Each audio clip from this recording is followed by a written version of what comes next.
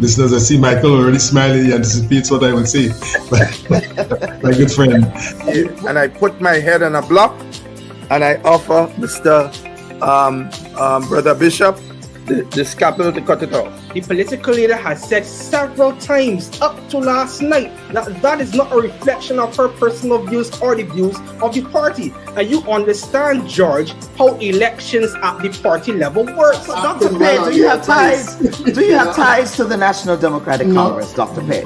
Or rather, were you commissioned by the NDC to do the poll? Information because it seems interesting that a lot of your advice is very consistent with what was said. Brilliant. And good luck with everything. You too, man. May the best candidate win in the town of St. George. But Kellon. Yes. You is a tongue man too, so stop at that. Tell everybody you're a tongue man too. We are a people who have always aspired for more, who've always aspired to do better, who've always accepted that not because your mother didn't go to secondary school, you should go. It has always been the other way around. You should aspire. You've been there for a long time. Want to be queen of St. Andrews, but yet the problems around you you're not seeing. You can't pray yourself out of the problems in St. Andrews. Some persons were getting pension after 2 terms in office, right? And the persons that worked for 26 years plus not getting anything. It's just unfair. God is good, and God looks after me. Not just my wife is no longer here, so both herself and the father up there are looking after me very, very well indeed. Not a few people that you pick up by the side of the road to run in an election. These are not people that you mustered up and you pull together a few months before you think an election is going to call, and you say we want to win an election, so let's come together. Don't go there. You are a technocrat. I mean, you can speak to whether or not it was appropriate or inappropriate for that to occur. Would you have done that as a permanent secretary? Politicians get the information from wherever source that they can. That's going to be the extent of your answer. Yeah. Don't go there. There's a lot of noise around the data protection bill that, in my respectful view, is not warranted. I was one of those making noise, and it's simply because I was concerned about that specific section 33. Don't go there. Are you going to be offering yourself up as political leader of the party? I see you've called me here for much more than diplomatic passports. I don't mind that. Don't go there. What is the relationship like between you and your leader, Dr. Mitchell, your boss, Dr. Mitchell? I'm not sure how to explain how to answer this question at this time. I prefer not to answer. Don't go there. They said that you approached the bank for the loan before the election and that it only materialized after the election. There are also conflicting reports around the quantity of monies that were received. What is the reality here? People try to extort the truth and to make all kinds of things about it. I just stay quiet. So if you notice, I was really and truly quiet about the whole matter. Well, except with not with the New Today newspaper. The New Today newspaper reported on this, so I'm not too sure you were quiet on this. Go ahead, Honorable. Go ahead. Well, I'm just trying to answer your question, right? Don't go there. I think we just spoke at length about the regularization framework. So yes, we did. But let us talk, Prime Minister. Let us talk about the workers who are dismissed. The Bubb Report. We go there.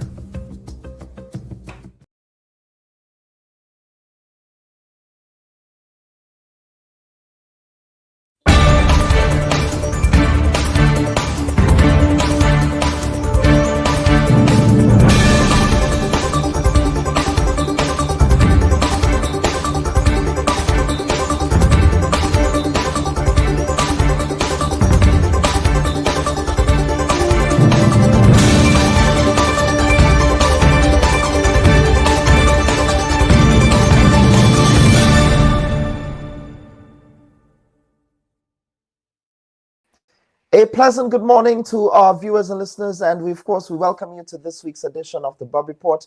I am your humble host, Dr. Kellon Bubb. We're happy that you can join us for this week's edition of the program.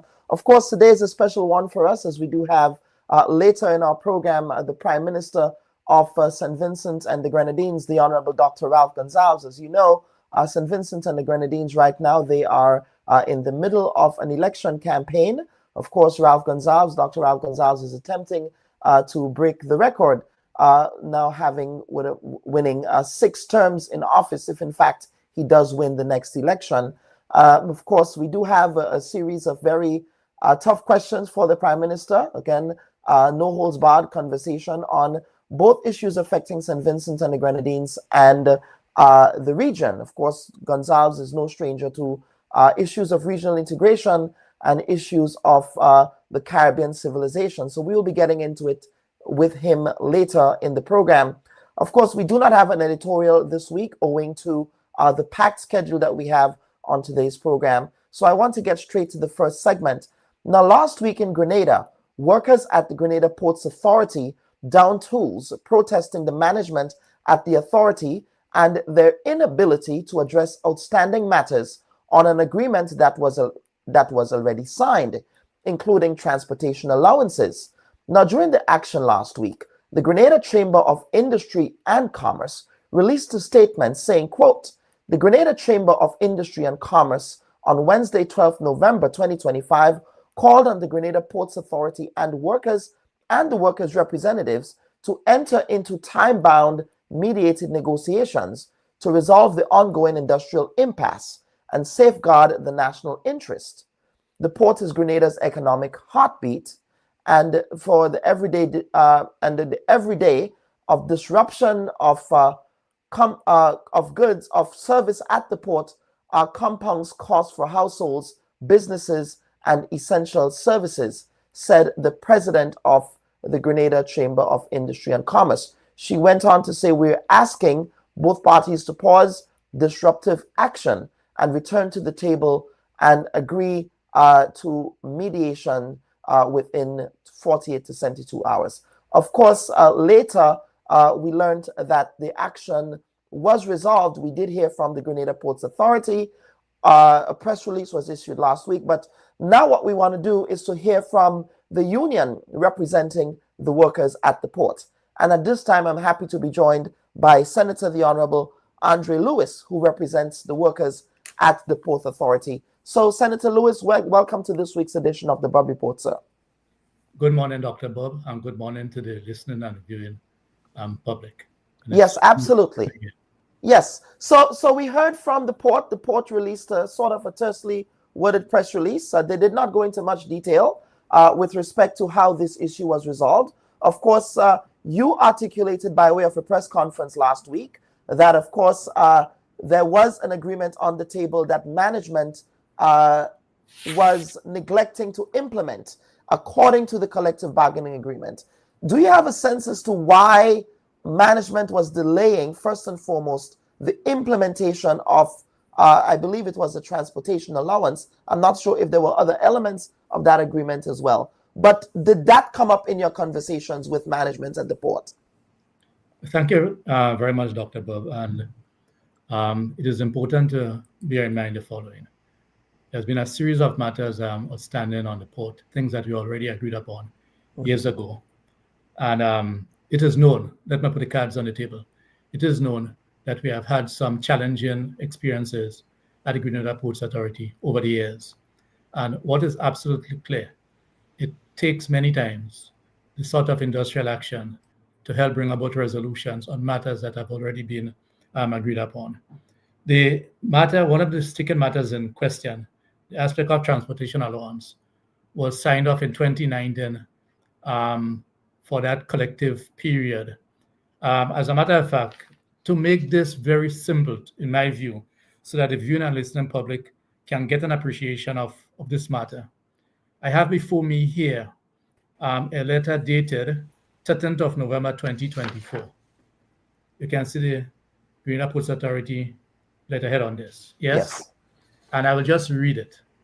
I'll just read it, and it will highlight some of the challenges that the workers have been facing and the union has been facing following collective bargaining agreements. It is to the accountant from the general manager, date 13th November 2024. Subject, application of transportation allowance.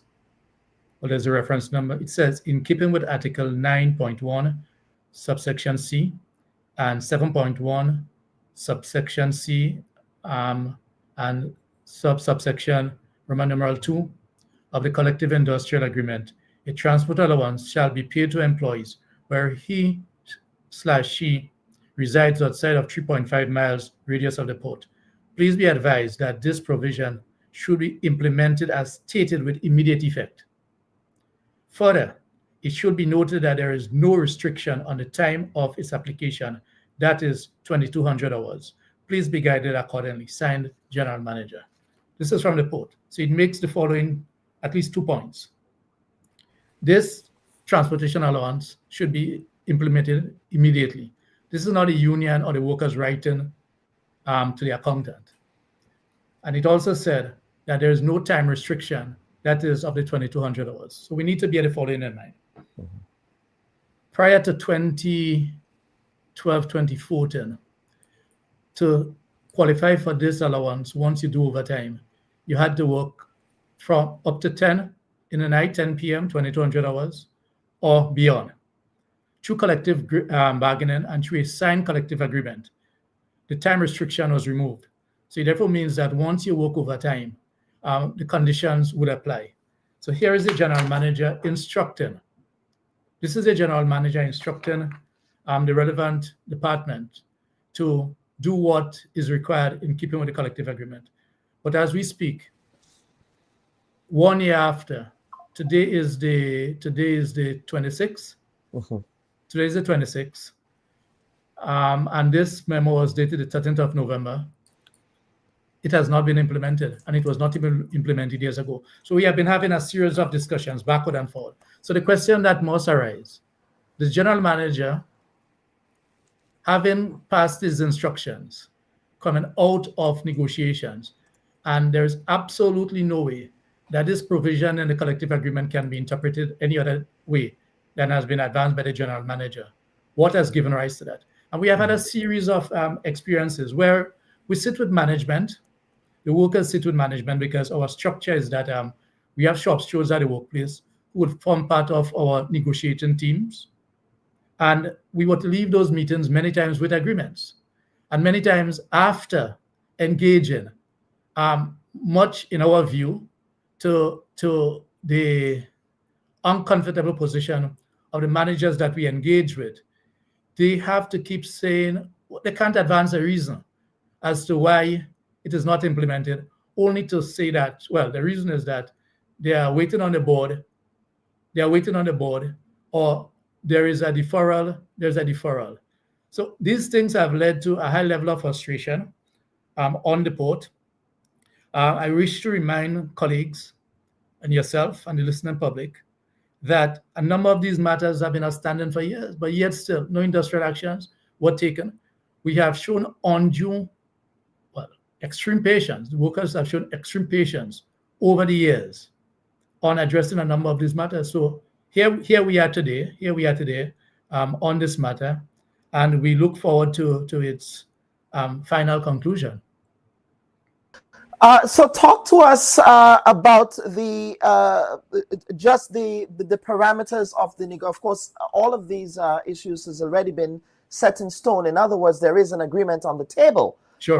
So the question is now, I believe the sticking point here has to do with the implementation of what is already there. Is that something that that you are going to be treating with more aggressively for this next fiscal year? Of course, based on the conversations you had last week, did you get a commitment from management that really and truly what was agreed upon will be properly implemented?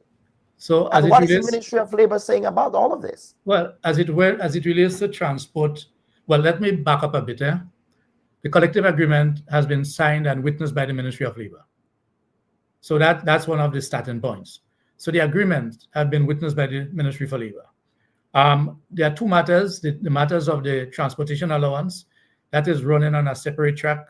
Unfortunately, it is heading to arbitration. And why am I saying unfortunately?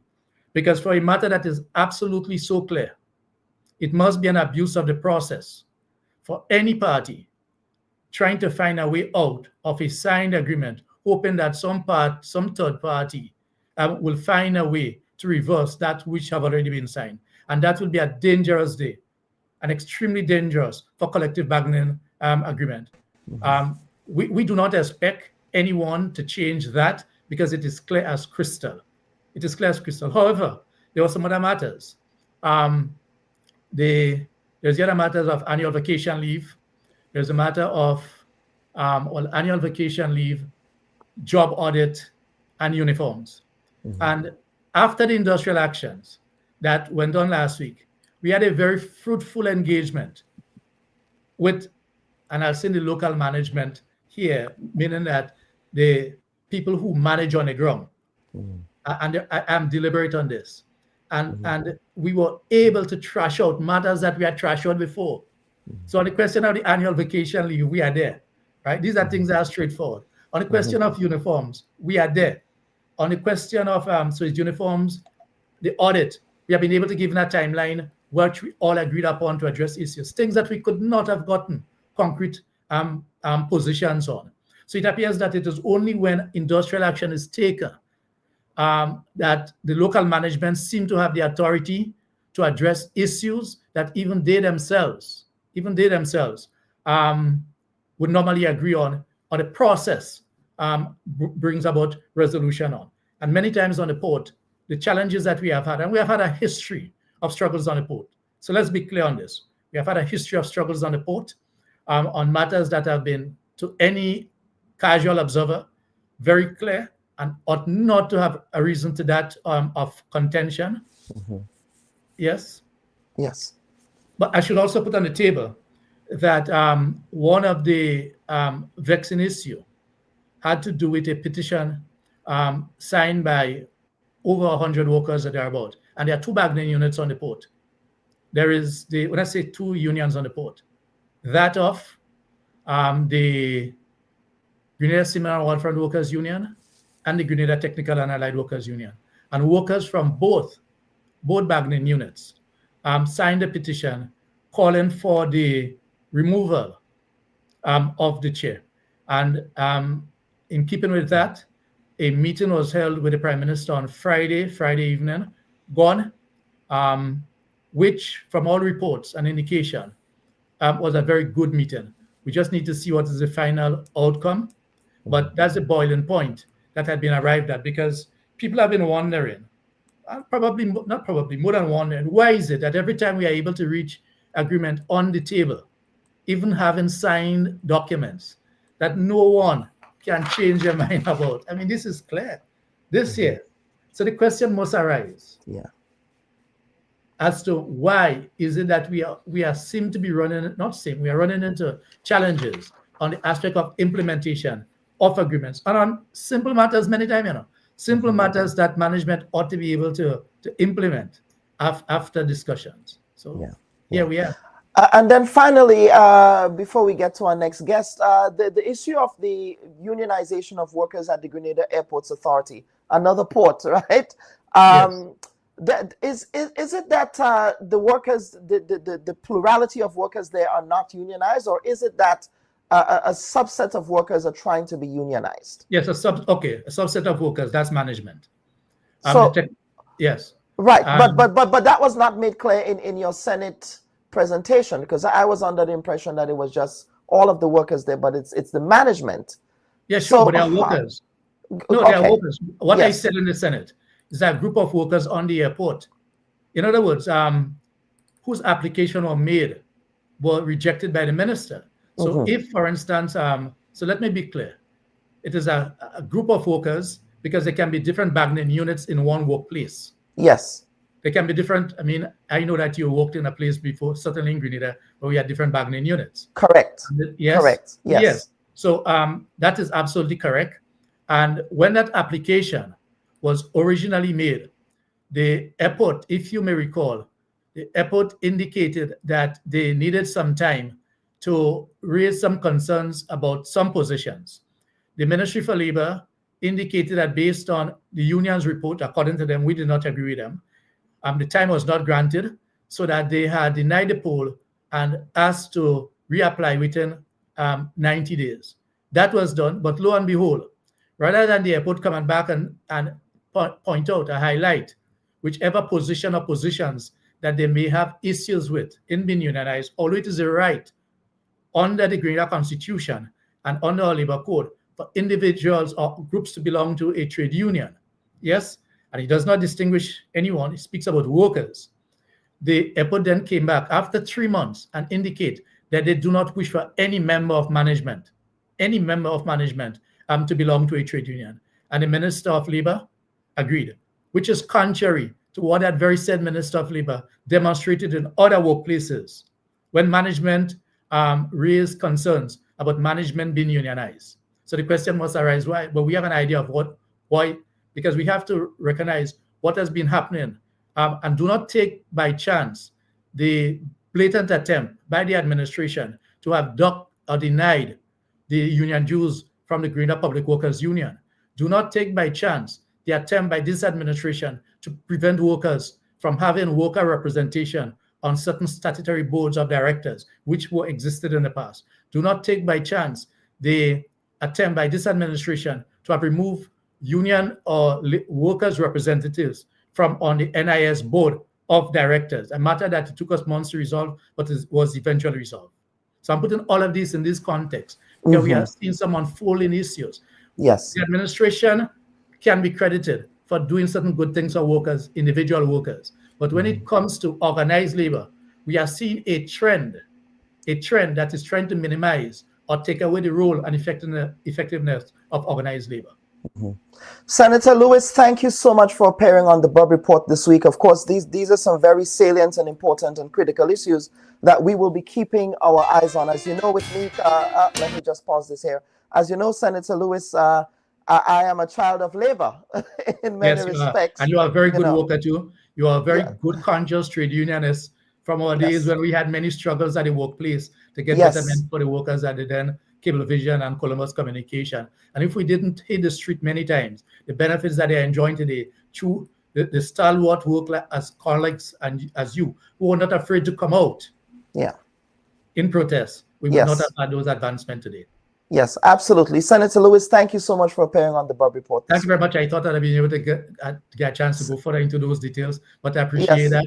And we look forward to our continued engagement. And I wish you all the very best. Yes, absolutely. All right, viewers and listeners, that was, of course, Senator Andrew Lewis. Senator Andrew Lewis joined us to speak to issues of national importance with respect to the just concluded industrial action down there at the Grenada Ports Authority and management's failure to really implement elements of the collective bargaining agreement specific to issues of benefits for workers, specific to transportation benefits, and of course ensuring that management can address those issues that has been on the back burner. This is not a case of an agreement that is still being negotiated. It's a case where an agreement is already in place, but the implementation of that agreement is what management appeared to be dragging their feet on. And Senator Lewis was here to articulate his position on this issue. So viewers and listeners, what we want to do now is to take a quick break, and we will come back for a conversation with the Prime Minister of St. Vincent and the Grenadines, the Honorable Dr. Ralph Gonsalves. Please stand by for that conversation. Should your loved ones pass on, they deserve to be treated with dignity. And at S.A. Johnson Funeral Home, we can provide you with that service. We can take you every step of the way during your sorrowful moments.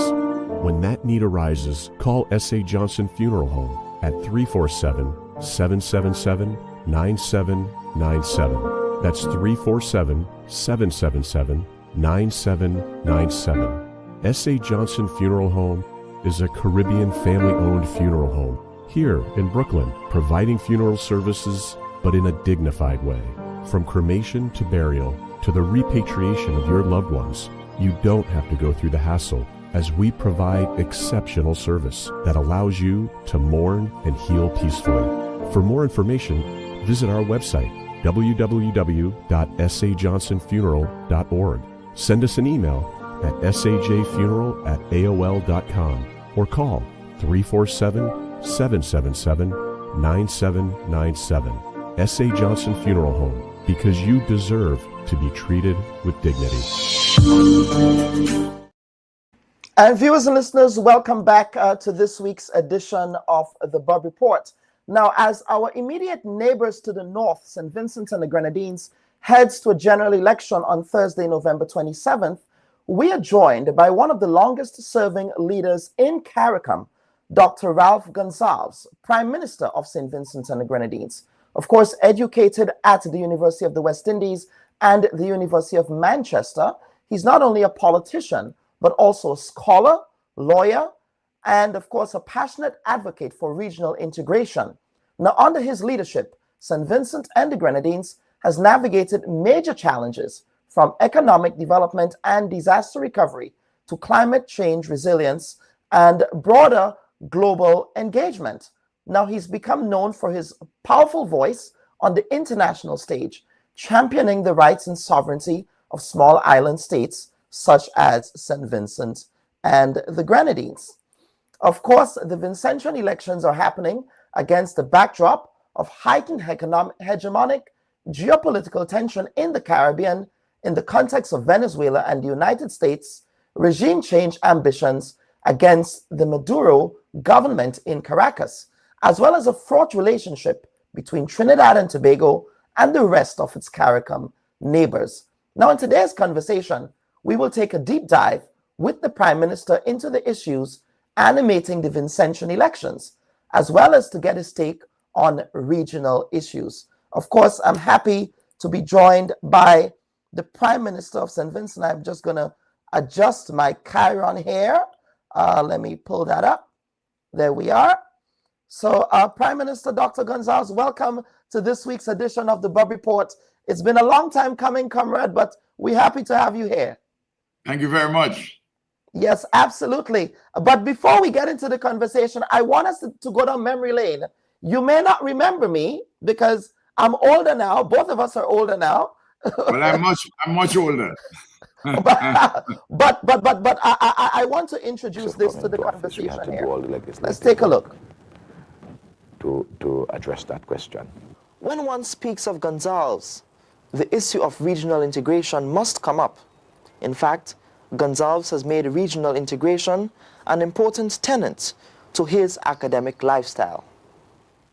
When I was 25 years old, Swinburne Lestrade, who, as you know, was until recently the Director General of the OECS, he and I co-authored a paper called The Political Aspects of Integration in the Windward and Leeward Islands. And it was published in the University Journal. So, Dr. Gonsalves, I just want to pause that there. That was an interview I did with you, sir, back in March of 2002. I believe you just that was on the heels of the Unity Labour Party's victory at the polls then. And I traveled up to St. Vincent and the Grenadines. At the time, I was working with Community Channel 6 in Grenada. I traveled up to St. Vincent and the Grenadines to cover your transition into office at the time.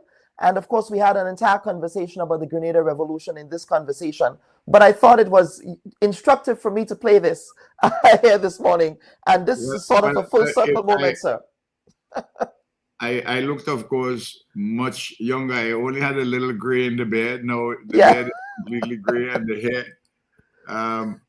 Yes, you put up that photograph. You're likely, the authorities are likely to say that you are engaged in false advertising. Or AI, right? Or AI. Yes. But Prime Minister, we are certainly honored to have you here today, sir, for this wide-ranging conversation. And I do want to publicly thank your colleague, Senator Chester Humphrey in Grenada, for helping us to facilitate this conversation today. He has really went to bat on our behalf to get you here today. So we're very happy about that. Now, Prime Minister, let's get straight into it. Of course, we want to respect your time because this is an election season for you. But this is your sixth election, sir, as incumbent Prime Minister in a political environment that is on a razor's edge in Trinidad. Now, there has been an anti-incumbency, razor's edge, in St. Vincent, not Trinidad. There has been sort of an anti-incumbency appetite in some parts of the region. and the globe with leaders who have served for a long time. Now, Prime Minister, what will be your strategy for winning this time around, given this context, this anti-incumbency context that we see? Well, there's anti-incumbency feeling if you're not doing well. But if you're taking care of the development of the country and the people's concerns on the ground, there's no incumbency. Why would you want to change that which is good? If you have a wonderful wife in your life, you're not going to abandon her. So is that how you see this? Are you convinced in that case, Prime Minister? But in the last election, sir, it was a razor's edge election. It's a very thin margin. It's sort of St. Vincent is sort of like an almost 50-50 electorate now. What have you done, sir, to treat with that razor's edge election result that we saw the last time? 2020 election was a COVID election. A lot of people didn't turn out to vote. A lot of our voters didn't turn out to vote. Of course, when you're in opposition and there's a hunger and a thirst for office, you will find that many persons would turn out in greater numbers, particularly in a situation of COVID. But you would notice that in 2010, our numbers fell in the aftermath of a referendum. We won the election, nevertheless. But in 2015, we got an increase in the popular votes, though not in the seats. 2020, as I say, is an unusual election. And over the last 5 years,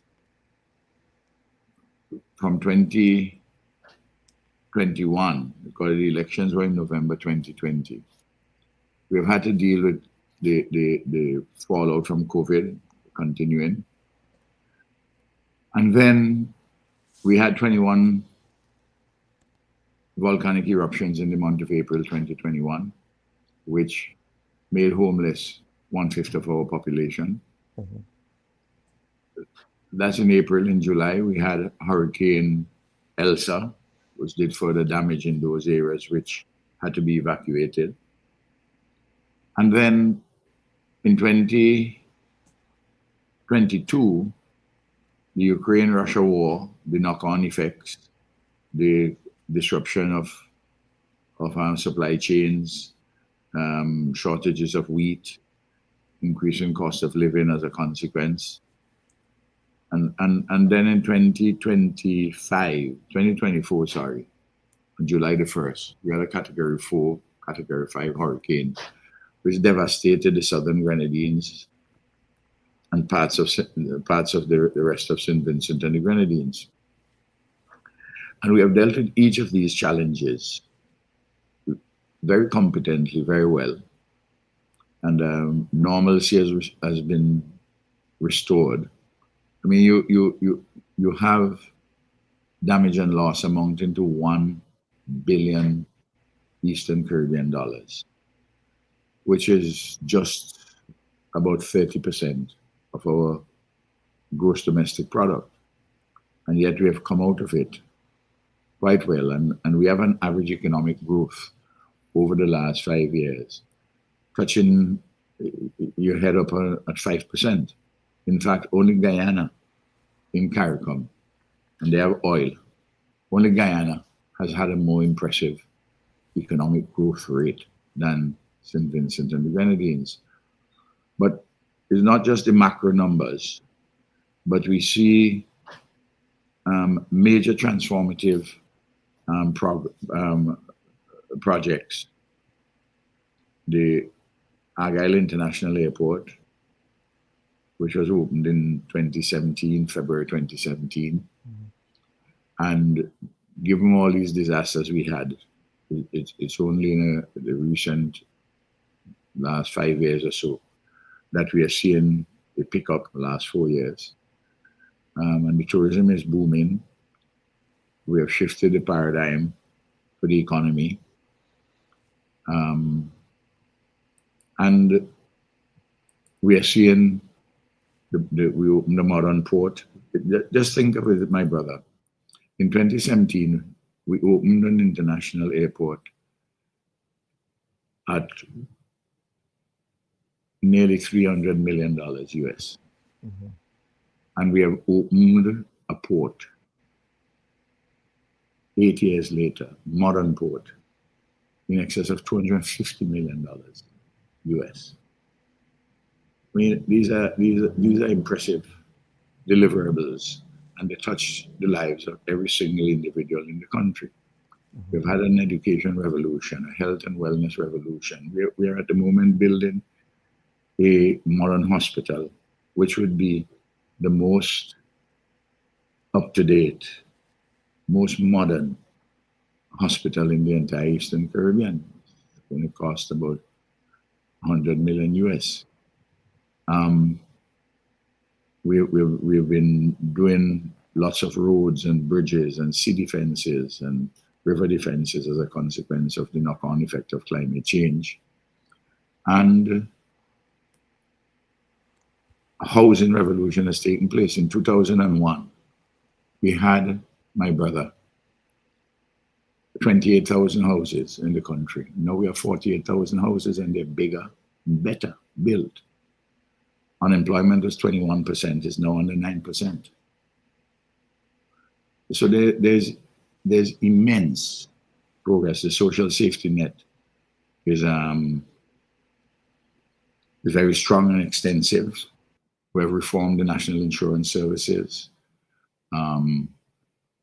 Our state-owned bank, 60-odd% state-owned, is doing extremely well, among the best banks in the Eastern Caribbean, best commercial banks.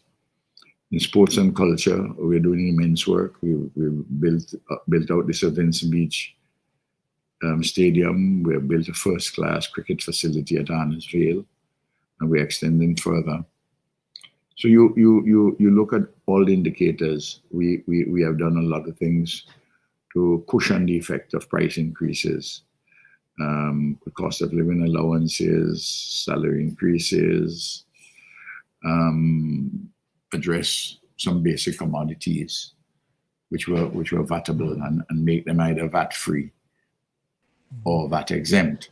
Mm-hmm. So we have done large transformative things, and at the same time connect very much with the people on the ground. Mm-hmm. with matters which touch and concern their lives, living and production. So we have an excellent record. If you look at the 2025 report, the Human Development Index report, put out by the United Nations Development Program, you would see that in 2001, we were like a middle level of human development. Now we're at the top tier in the high level of human development. I know many years ago, Barbados also achieved that milestone as well. Well, Barbados, what happened, my brother? In 2001, in terms of human development, we were ahead of only Guyana and Haiti. Mm-hmm. In 2025, using the 2023 numbers, these are numbers after the Hurricane Elsa and after the volcanic eruptions. We are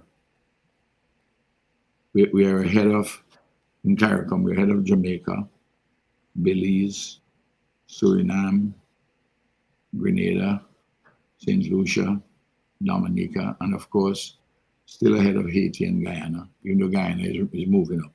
Yes, we are fastest growing economy. we are placed in terms of human development of the 193 countries in the United Nations. We are placed at number 76. And there are 4 categories of human development as assessed by the UNDP, United Nations Development Program. Very high, high, medium, and low. Mm-hmm.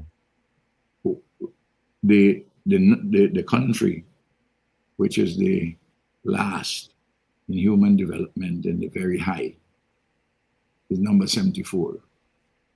and we are number 76. Then to get into the very high, you have to score 80% on all the indicators, but we are 79.8. So we are in the top tier of the high and on the cusp of going into the very high. The very high, of course, human development. We have Barbados, Bahamas, St. Kitts and Nevis, Antigua and Barbuda, and Trinidad and Tobago.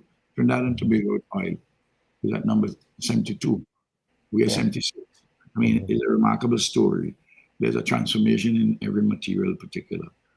And young people have advanced immeasurably. Women, there was a prevalent philosophy when we arrived in office that women must be barefoot, ignorant, pregnant, and in the kitchen. All that is part of history now. And you had 4 university scholarships. Now we gave out over 3,000 in August this year. I mean, our expenditure on education is just going through the roof, education and training. And the base where we have now, my brother, we have a platform now to go towards the first world nation. There are several countries in the Caribbean who can go to a first world nation status. And in terms of your living standards. And we are on the cusp of that. Over the next 15 years, we will achieve first world status in terms of living standards. And technology is going to play a very important role, including AI, with all its downsides, but it has tremendous upsides. And applied science and technology, and that's an area we are moving aggressively. Yes, Prime Minister. Now you've articulated all of the metrics here with respect to your the economic development in St. Vincent and the Grenadines, but and social, of course. You mentioned the education revolution, and in fact, I also studied in Taiwan. Full disclosure, so I was able to meet a bunch of Vincentian colleagues over there. Do you know that you were able to study in Taiwan because of Ralph? Well, it was when Grenada had diplomatic relations with Taiwan. Let me explain to you. Shortly after I came to office in 2001, I went to see President Chen in May of that year. Très bien, yes, at the time. And I raised the issue of scholarships. Taiwan wasn't given any scholarships then. At the time, we will give short-term scholarships and occasional masters, perhaps for a year, but short courses. And by 2004, I had convinced President Chen that this should be done. And then all the allies of Taiwan began to get scholarships because that's how it happened. Thank you for that history. I never knew that part. But it was actually. Sometimes the apostles are not really recognized for certain things, you have to wait a little while. Right. But but let us get on to another issue here, Prime Minister. Now, you famously rubbished the CBI program that many of your OECS counterparts have in place. Now, what about the makeup of such programs, sir, that you find difficulty with? And of course, based on what you've just articulated here, it doesn't appear as if St. Vincent would really need a CBI program. In any event, I am not criticizing any independent state that has decided to go and have a quote-unquote citizenship by investment program. But I think both in principle and in practice, it is not good for St. Vincent and the Grenadines. You can extrapolate from it and make the critique elsewhere.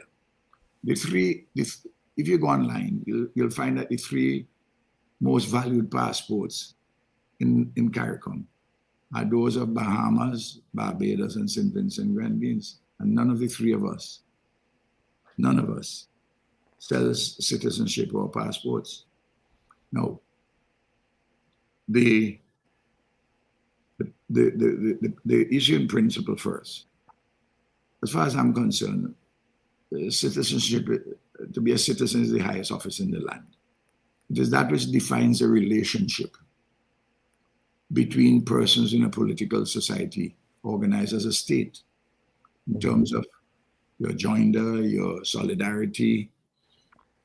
And then the passport is the outward sign of the inward grace of citizenship. And that too is not for sale. It's not potatoes, it's not yam, it's not jackfish, it's not robin, it's not tuna or mahi-mahi. And a number of problems arise from persons who get such passports. You know it, you have seen it. And interestingly, countries which most of these persons who want the passport, that is to go to, that is to say, the 27 countries of the European Union, the Britain, United States, and Canada. Each of those countries has taken a stance where this citizenship by investment program, from the way I see it objectively, is on a life support system. It's going to come to an end sooner rather than later.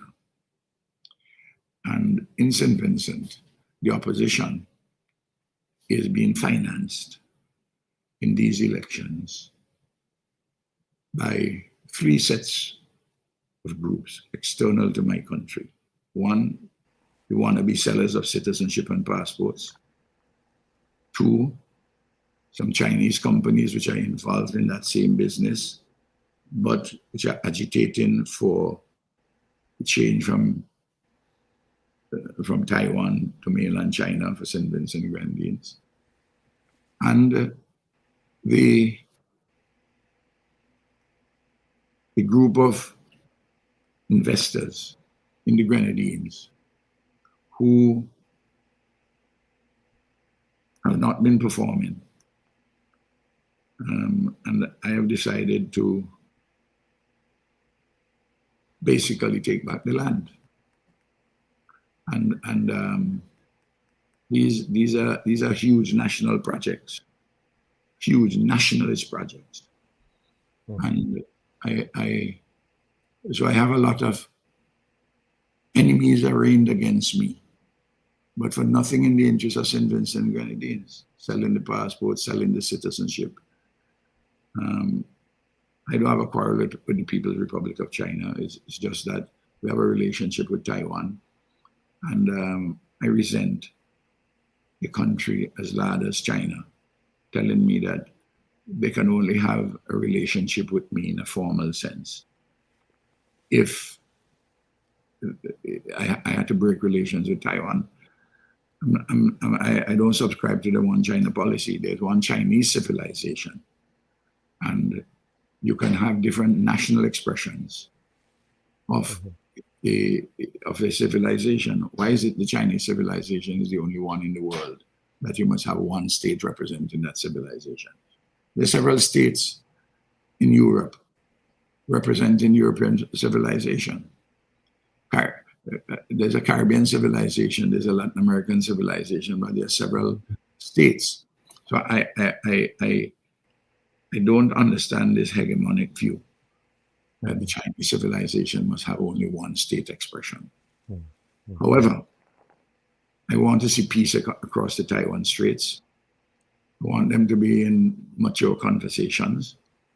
And we work with mainland China in the United Nations, in the World Bank, in the Caribbean Development Bank. They're a non-borrowing member. We are a borrowing member in the CDB. So we have, I can't ignore 1.4 billion people and the second largest economy in the world, but it doesn't mean that I have been subject to their hegemony and to be the object of dictates. So on the question, I don't like bullies, whether from the north, south, east, or west. I was about to say you are consistent on the whole hegemonic question here with respect to that issue. But two final issues, Prime Minister, and then we want to get into some regional issues here. Sure. And of course, Prime Minister, it will be remiss of us if we did not address one of the issues in this general election, sir. And that is having regard to Minister Anil Roberts. He's one of the ministers in the Ministry of Housing in Trinidad and Tobago. His public social media comments last week concerning your Trinidadian-born, Trinidadian citizen wife, that she's entitled, she has a right to be she has a right to be a Trinidadian and participate in the benefits that come with the citizenship of that state, and private property purchases in Trinidad and Tobago. Of course, now the research suggests that none of his claims were in fact accurate, and some might say defamatory, sir. Given your ethos, if I may, as a champion of regional integration, how will you treat with this issue, sir, which is, to how we see it here on the Bubb Report, an issue of an interference into the internal elections of a neighboring state? Here you have a government minister doing this. I don't know a great deal about firsthand about Mr. Roberts. I've read things about him, and I have not referred to any of those things that I've read, because I don't really want to get into, I don't want to go into the mud with Mr. Roberts. I address these questions with a patience and a calm. And I have consulted the senior counsel in Trinidad. Well, my wife and our two children have done so in respect of one senior counsel, and I've consulted one on my own behalf, and those matters would play out over the period after the elections. I'm addressing what I have to do for the people of St. Vincent Grenadines to be returned to office and continue the development. As we say, we have two headlines for our campaign. Labour is working for all, and the second one, own the future. So I don't really want to be diverted from my central purpose. And you're not concerned that is going to impact or have an impact on the outcome of the race? It's going to have a positive impact for me. One of the things about Labour supporters in St. Vincent and the Grenadines, because they know that Ralph has devoted his entire life to our Caribbean civilization, and because they know my standards, they know the good governance that we have been engaged in, which has been approved of by all independent observers.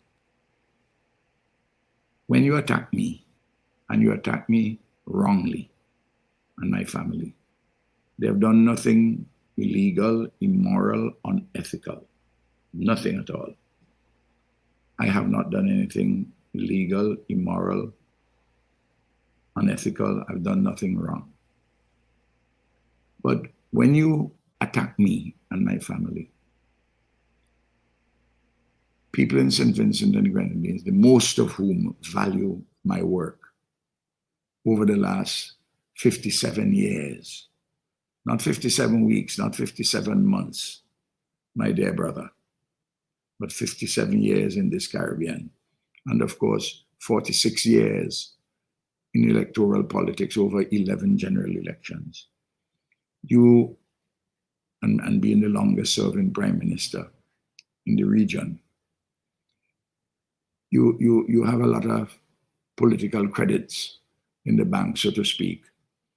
And when you attack me and my family, as we say in local parlance, you rake up the red ants, because red is our party color. And some people who would probably have been lukewarm, well, I have a grumble, I have a grouse, I have a complaint. I don't know if I'm going to vote. I can't vote NDP, but I don't know if I'm going to vote. You know, you always have that when you're around for a long time. But when you attack Ralph, they take it personal, because I'm like a member of their family. And so inadvertently, Mr. Roberts has done me a favor. He has stoked greater enthusiasm. Look, dirty water cannot tarnish gold, you know. I repeat that, dirty water cannot tarnish gold. And the people of St. Vincent and the Grenadines know that Comrade Ralph is the gold standard. And they don't like their leader to be attacked. Not attacked unfairly, wrongly, and without any basis. Look, the UNC is now, they have some operatives on the ground. I don't know whether they are... Operatives on the ground in St. Vincent and the Grenadines. Yes. I don't know whether the Prime Minister in Trinidad and Tobago, the political leader of the UNC, my dear sister Kamala, knows about this. But they're organized by UNC financiers. And they're on the ground. Why do these UNC financiers organizing them to come here? Because they want the land we moved from, where we moved from the waterfront, an area where we had the old port, that beautiful land, a very expensive land. These Trinidadian financiers want that land. They want the land that the Annisvale, former Annisvale Airport, which we are going to build out in, which we are building out into as a modern city. And the opposition says that they will privatize the port, and they said that they will privatize the hospital which we are building. So you have rich people in Trinidad who support the UNC. They see St. Vincent and the Grenadines as an economy which is on the rise, and they would like to come and get some land. And they will no doubt get sweetheart deals, not with me, because I'm developing those things in the interest of the people of St. Vincent and Grenadines. So there are a lot of people lining up at the trough, just in case Ralph was to be not reelected. You know, when I was a boy, I used to grow pigs, because I come from a farming community. And you will have a trough, and invariably the trough is a little shorter than the number of pigs you had. And when I boil the bananas and boil the breadfruit to put there for the pigs, it's amazing how they jumped on one another, seeking to get space at the trough to eat. That is what is happening with these Trinidadian financiers. That's what's happening with the wannabe sellers of our passports. That's what's happening with people who want us to change from Taiwan to mainland China. That's some developers in the Grenadines. But on each of these questions, I'm on the side of the angels. I'm on the side of the people of St. Vincent and the Grenadines. And they're coming at me from all sides. But I have beaten people back over the last 25 years who have come at me from all sides, and I shall beat them again. Remember, I'm telling you this today on the Bubb on the 16th of November. On the 16th of November, the Unity Labour Party is going to win more seats than the last time, and we are going to have a higher share of the popular vote than last time. There is no way that the NDP can win the elections. You notice that one of your Grenadian counterparts, Grenadian Canadian, Dr. Pierre. Justin Pierre. Yes, he has given us a 2/3 chance of being returned to office.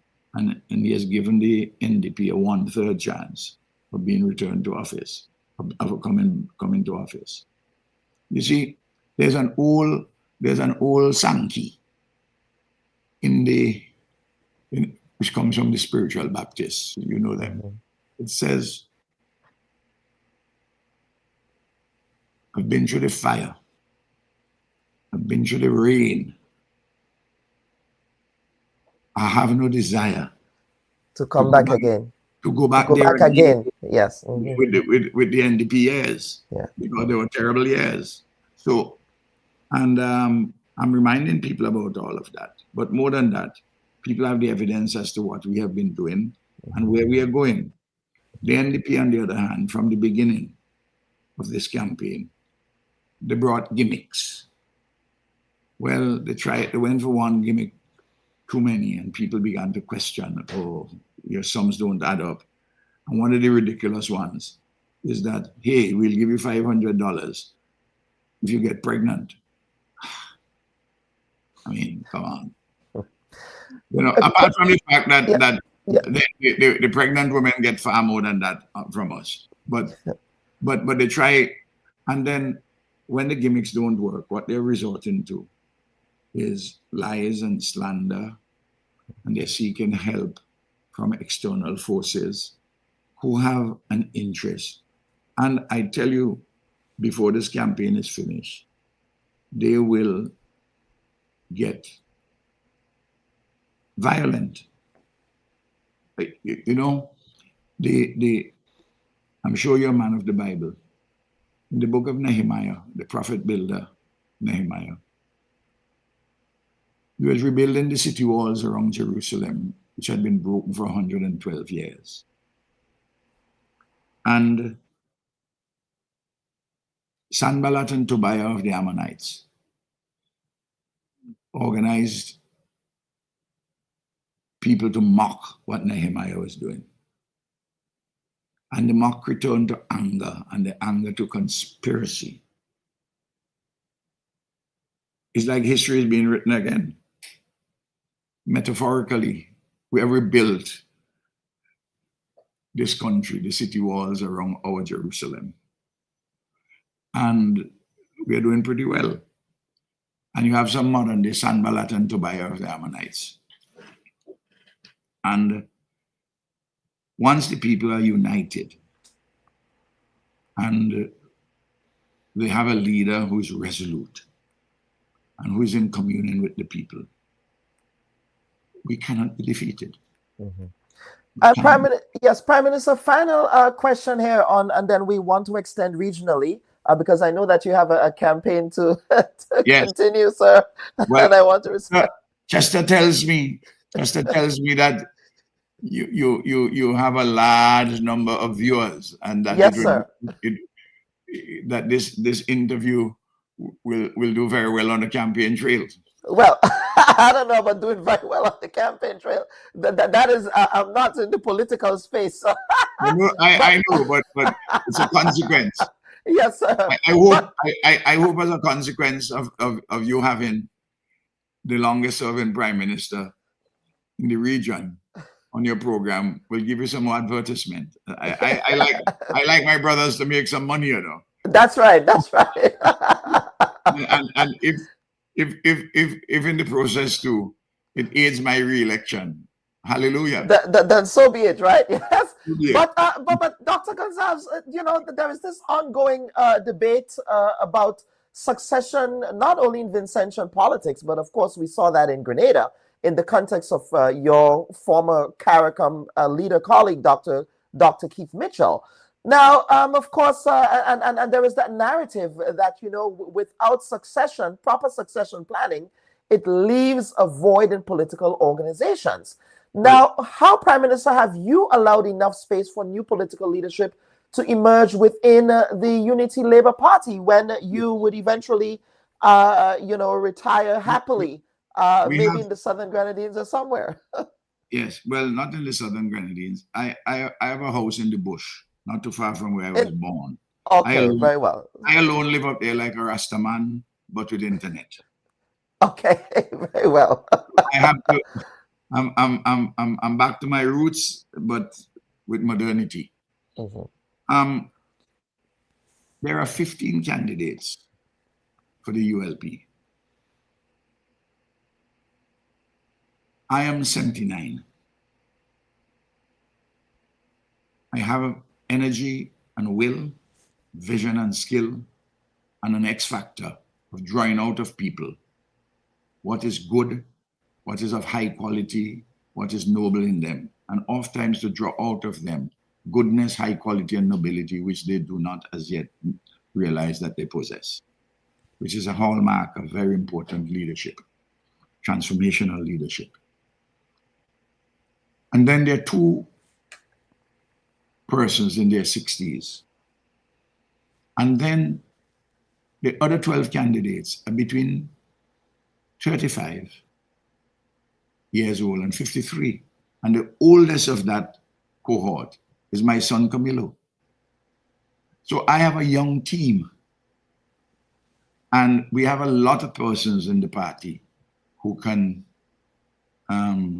succeed me, and we will have leadership elections to succeed me at the appropriate time. I have never seen the party, the Unity Labour Party, as Keith Mitchell in Grenada sees it, in proprietorial terms. I remember Keith, he told Peter David, or told his convention, he said, "This is my party. I founded this. It belongs to me. And you, Peter, cannot come and take over my property." I've never viewed the Unity Labour Party as my property. In fact, I would have happily ceded leadership into these general elections, were it not for the fact that the party as a whole, including all the members of cabinet and all the leaders in the party, said, "Ralph, you have to take us over the hurdle one final time." This wasn't, and I don't have anybody who I'm going to handpick and I control from behind, as I understand Keith is doing in Grenada. I'm not doing that. Keith may not like me to say this, but that's how I see it, and that's how people tell me, and I believe that. My leadership of I've been leader of the ULP since December 1998, but I don't have a proprietorial view of the Unity Labour Party that I own it. Absolutely not. And we have democratic processes in our party, and that those processes will not be manipulated. So you referenced, do you see anyone in the party perhaps that you might have a preference to, or are you just going to allow the democratic process within the party to determine? There are several persons who in the ULP who can lead the ULP, and the party knows who those persons are.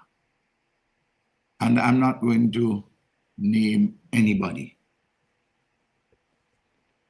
And I will not be involved in any exercise of that kind to manipulate anything. People know how I function, and all persons, all of those who may wish to offer themselves as candidates to succeed me. But in our party, there's no vacancy in the leadership. So there's no question. There's a leader, and you can only have one leader at a time, and one prime minister. It's as simple as that. And until the hour when I demit as political leader of the ULP and as prime minister, up to that final minute, I will act authoritatively as leader. And then, when the democratic processes I have another person as leader, then I will give my loyalty to that person and support that person. I'm an organization man. The family of labor is a very special family. At the moment, I'm the patriarch of the labor family, and I have certain obligations as the patriarch of the labor family. We have a viewer question here, Prime Minister, from one of our viewers in Grenada. He's saying, of course, he calls you the 5-star general here. The issue of citizenship came up about the NDP leadership of Dr. Friday, which was never an issue in past elections. Why is it relevant in this election?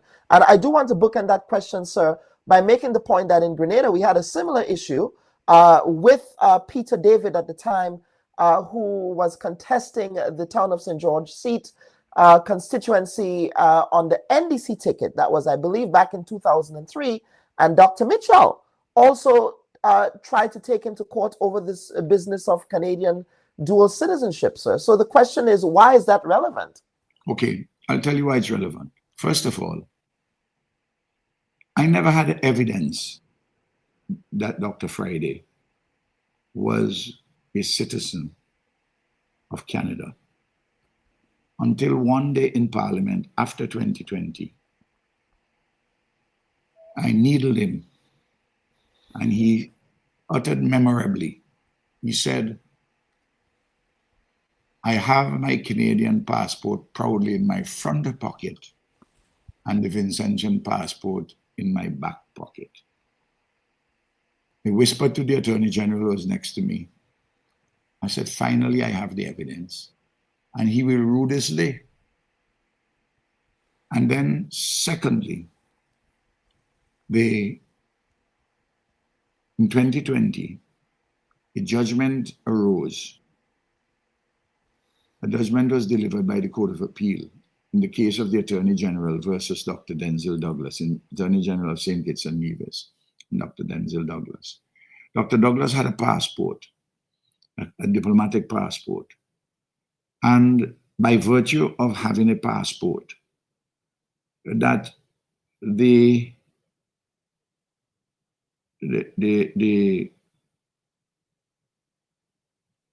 court ruled that indicated that he acted on his own voluntary accord. By a voluntary act, he obtained a passport, which had put him under an acknowledgement of allegiance, obedience, or adherence to a foreign power or state, to wit, the Commonwealth of Dominica. So both the factual situation with Dr. Friday and subsequently with Fitz-Bramble, who has acknowledged on this occasion that he has a Canadian passport. He's a Canadian citizen. So both of them have been challenged. Their nominations have been challenged. And this is an issue in the elections. So my brother who asked from Grenada, I give you the answer. There was always, I didn't have the evidence. Now I have the evidence. Because you go to court, you can't argue things theoretically. But Prime Minister, Canada is part of the Commonwealth, and with respect to the judgment handed down in favor of Peter David, a comrade of yours in Grenada, Peter won against the New National Party government at the time. Yes. You know, in which the court decided that no, this gentleman is a Commonwealth, having a Canadian passport entitles you as a Commonwealth citizen to participate in the democratic process of any Commonwealth state. No, let me explain this to you. You can be a member of you can be a Commonwealth citizen without having a passport. For instance, if you're a Commonwealth citizen and you don't have a passport of that, let's say you're born in Grenada, and you came to St. Vincent, and you don't have an alive Grenadian passport, you're a Commonwealth citizen. The passport creates, according to the case, the Court of Appeal case of the Attorney General of St. Kitts and Nevis versus Dr. Denzil Douglas. That's authority for the proposition I'm advancing here to you. There's absolutely no doubt in my mind that Dr. Friday and Fitz-Bramble are disqualified from membership, from being elected as a member. And what happens is that once we publicize this and put the facts out there at the time of the election, when they're declared, if they win their elections, they will have to vacate their seats following an election petition. And with an election petition, you can only go up to the level of the Court of Appeal. You can't go to the Privy Council. And the Court of Appeal in our jurisdiction, sitting in St. Kitts, has decided this question about the passport. In fact, the lawyer for Dr. Douglas, my friend Denzel, was arguing that the passport is just the diplomatic passport is a courtesy, it can be withdrawn anytime. And Denzel was not a citizen of Dominica. He had a passport, and the court ruled once he had that passport, he was under an acknowledgement of allegiance, adherence, or obedience to a foreign power or state. Now, prior to that case, in the region, the courts in Jamaica, in other parts of the region, for instance, in Turks and Caicos, in Cayman, I read the judgment of Chief Justice Smelly, and also in other cases. And I'm speaking as a professional lawyer in this regard. And they were all over the place. Now, the Court of Appeal in the Attorney General of St. Kitts and Nevis and versus Dr. Douglas, the matter is authoritatively decided at the Court of Appeal level. And once you go by election petition, the petition stops at the Court of Appeal level, because the election petitions don't go beyond the Court of Appeal. Well, we'll certainly be watching this space, Prime Minister. Prime Minister, what we'll do now is to take a quick... What will happen? More than likely, Bramble would lose his seat. I mean, Friday has a significant majority in Beckway, in Northern Grenadines, and it would require a political earthquake, just like in my own constituency.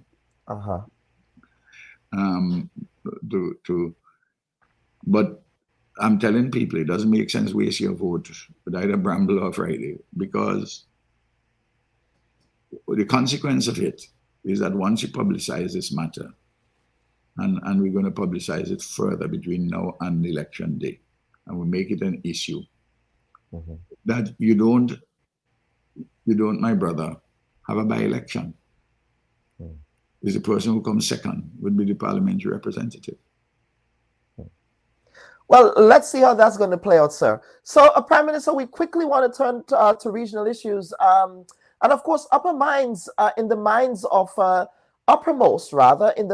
citizens of the Southern Caribbean civilization, Grenada, Trinidad, Guyana, of course, St. Vincent and the Grenadines, Barbados, of course, Prime Minister Mia Mottley, has been speaking articulately on this issue, is that the U.S. military buildup in our territories, as well as the extrajudicial killings of fishermen, two of whom were citizens of Trinidad and Tobago.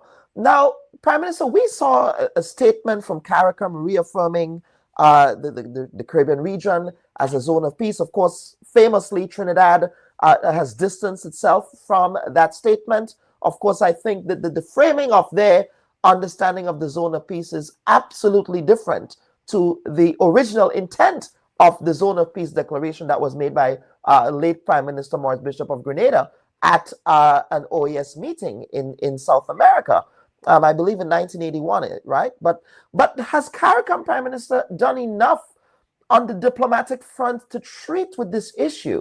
And what should CARICOM's role be outside of just releasing these tersely worded, these press releases? First of all, 13 of the 14 independent states of CARICOM have a view diametrically opposed to that of the Prime Minister of Trinidad and Tobago. And with all due respect to my sister Kamla, and in an academic setting at the university, when there was a discussion on this a few weeks ago, I said I thought that she was misguided. Persons who advised her wrongly. A zone of peace, the concept of a zone of peace in international law and international politics has two dimensions: the reality and also what you may call the normative element, what it ought to be like. In other words, something which is aspirational. The first is that there is no disruption of the peace by state actors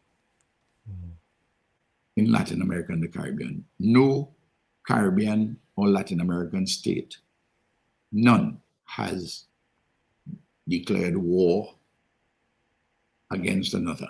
None. And we all say that this is how it ought to be. Now, when you widen it to say that the zone of peace addresses the question of non-state actors, criminals, people who are violent, people who are involved in drug trafficking, who are involved in human trafficking. If you were to take that view, well, there is no zone of peace anywhere in the world, because in every part of the world, you have non-state actors who are engaged in violent activity, who are engaged in drug trafficking, who are engaged in human trafficking. So you can't define the concept away in that way, in that manner. So I think, with all respect, that the government of Trinidad and Tobago in such a definition is wrong. And for me not to say that would be for me to just take that position of my dear sister Kamla as a correct position, but it is not a correct position. It is also a shift in her position, because during the time when she was Prime Minister the first time around, she has signed on to the Caribbean as a zone of peace with the CARICOM and Cuba summit in 2014, for instance, and in CELAC summits, the Community of States of Latin America and the Caribbean. This is something standard going back for years. Yeah. So, no. Clearly, I don't think that anyone takes at face value what our friends, the Americans, say, that the mobilization of nuclear submarine and all destroyers of one kind or another, that is what you need to deal with the trafficking in drugs. Because the fact of the matter, if you check the United Nations website or any other authoritative information base, you will see the bulk of the drugs entering the United States, into the United States from the western side of Latin America and the Caribbean, not Colombia, Ecuador, and not only the United Nations, but American reports, U.S. reports, State Department reports. So the point about 80% goes of the traffic goes on the western side. No, so that is quite clear through Mexico, several other countries. So I'm not persuaded on the evidence before me that the position of our friends in the United States is, on that score, that they're correct. No. As you know, I have called at the United Nations and I've spoken at summits of ALBA. I've spoken to the Americans, the American authorities. I say you need to have a mature conversation with Cuba, a mature conversation with Venezuela. And I urge the Cubans and the Venezuelans to do that also. And once people are talking, there's no matter of fighting. That is the basis upon which I had convened the summit for the Argyle Declaration between my two friends, Nicolas Maduro and Irfan Ali, when things were getting out of hand. The Argyle Agreement, yes. The Argyle Declaration. Declaration, yes. Mm-hmm. No. And that is the same position that I hold. No. The blowing up of people in the waters without any trial or anything. This is contrary to norms in our hemisphere, including the great country of the United States of America. And America is a great country of tremendous influence and a great country of culture, the economy, science, and technology. Mm-hmm. It's an amazing, enterprising country. And I've said to the Americans, I've said to the Cubans, I've said to the Venezuelans, and I've spoken about it in these terms at the United Nations.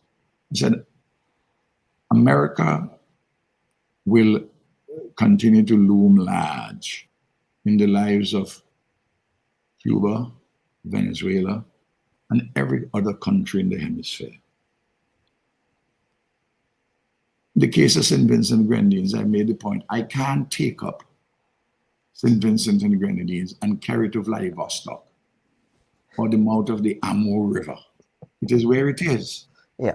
And I have to come to terms with the United States of America.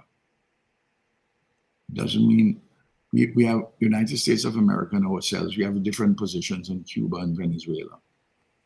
But we have a similar position on the issue of citizenship by investment. We have a similar position on the aggressive nature of People's Republic of China in parts of Latin America and the Caribbean. So there are things on which you agree and things on which you disagree. One of the things my country is noted for under our leadership is an independent foreign policy. And we are principled, and at the same time, we are realistic. We are friends of all, and we strive for a better world. That is what, as a small country, we have to do. And we have a voice, and we will use that voice against hegemony, whether from the north, south, east, or west. I repeat that before. Yes. So, Prime Minister, now the Grenadian Prime Minister is in the middle of making a decision, speaking of hegemony here, and that would be one of the final questions that we have for you. He's in the middle of making a decision on an American ask, and I use the word ask here loosely, to have radar equipment installed at the Maurice Bishop International Airport. And of course, as a student of history, the irony is not lost on me that the United States would want to have installed at the Maurice Bishop International Airport militaristic equipment against the backdrop of the accusations that the U.S. itself made back in the 1981-1982 about the role of the Maurice Bishop International Airport as sort of a military installation for Soviet interests during the Cold War. But first and foremost, Prime Minister, have you also been approached by the U.S. To aid their militaristic interests in the region? And secondly, have you had conversations with the Prime Minister of Grenada on how he should treat with this matter as someone as experienced as yourself? The Americans have not asked me anything. Okay. In that regard. Perhaps because they know my position. Okay. Naturally, I've spoken to Dickon, my friend Dickon, my comrade, personally, and also within the councils of the OECS and CARICOM. I've made the position very clear that I will support Dickon Mitchell with any decision that he takes. The pressures and counter pressures are enormous. And he has to make a determination in the interest of the people of Grenada. Now, you and I know that the power of the United States can bring a lot of pressure on Grenada in material terms. I don't have to go into any details, but you will know it, and the Grenadians will know it. But the thing which, so whether he agrees or doesn't agree, doesn't matter. Whatever he does, I will support him. This is not a cop-out. This is insofar as practical situations and all the circumstances demand or admit. But I have said at the same time, the United States of America doesn't need a telecommunications listening post in Grenada. You can put that on the platform in the seas. You can do it from Washington.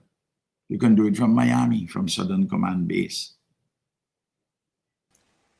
What this is about, my brother, is that by bringing it to Grenada, they want to put pressure on Maduro. Well, if I see that is what my American friends want to do, don't you think that Maduro would see that with equal clarity or even more clarity? Mm-hmm. You don't need, they may say that Grenada might be the best place. Well, that is to be doubted. The fact of the matter, we saw Israel was in the Red Sea and bombed Qatar. Technology is such. You don't need to be within the territory, within striking distance. That way, you can be some distance away. And this, whatever attacks can be effected. I am sure, I haven't spoken to the Venezuelans about this, but I'm sure, knowing the maturity and good sense of the Venezuelan leadership, that they will say that if Grenada accedes to the request, they will understand. They will not be pleased, but they will understand. Because they will know that what they're doing in Grenada, they can do from anywhere. Mm-hmm. At the same time, too, President Trump has shown a particular disinclination to go to war anywhere. That has to be recognized, a disinclination to go to war anywhere. Except he has a desire for all of the oil in Venezuela, sir. I'm coming to that. Yes, okay. I'm coming to that. But America will be engaged with Latin America and the Caribbean from now until the second coming of Christ. I'll explain why. You know the commodity known as lithium, lithium. It is important in modern technology. There's a lithium triangle in Latin America. 60% of the lithium comes from Argentina, Chile, and Bolivia. Then there is the oil in Venezuela, copper, and gold. There is oil in Guyana and gold. This area has 31% of the freshwater reserves in the world, talking Latin America, Caribbean, though there are Caribbean countries which are water distressed. The Amazon, they're the lungs of the world. And China buys 30% of its food from Latin America and the Caribbean. I give those statistics. They were not, these are known to the US because I am paraphrasing the head of the Southern Command in 2023 as to why they have to be in this region. Lithium, oil, gold, copper, the Amazon, freshwater reserves, and the competition from China coming into their own backyard, because there's a worldwide geopolitical and economic competition between the United States and China. You notice, my brother Bubb? Yes. You notice the scientific basis upon which I provide you with analysis. Sometimes I can make even some friends uncomfortable with some analyses, but I am duty bound to my people in St. Vincent and Grenadines and in CARICOM, in the Caribbean, to speak the way I see it. I've been a political activist for 57 years in the region. And you know, I've spoken about my electoral journey and also the years, 25 years as Prime Minister, near 25 years. Like Old Testament prophets, I have knowledge, I have understanding, I have wisdom, and I have judgment. These are very important qualities. You can read about them in the book of Proverbs. And I would be in dereliction of my duty to the people of the Caribbean and of St. Vincent and the Grenadines not to speak in the terms in which I've spoken to you today. You notice I have not abused Cuba and Venezuela. I haven't abused the United States. I haven't abused Trinidad. I haven't abused China. I speak in objective terms. And how do we as small states negotiate the requisite spaces to uplift our lives, our living, and our production? It's a complicated business.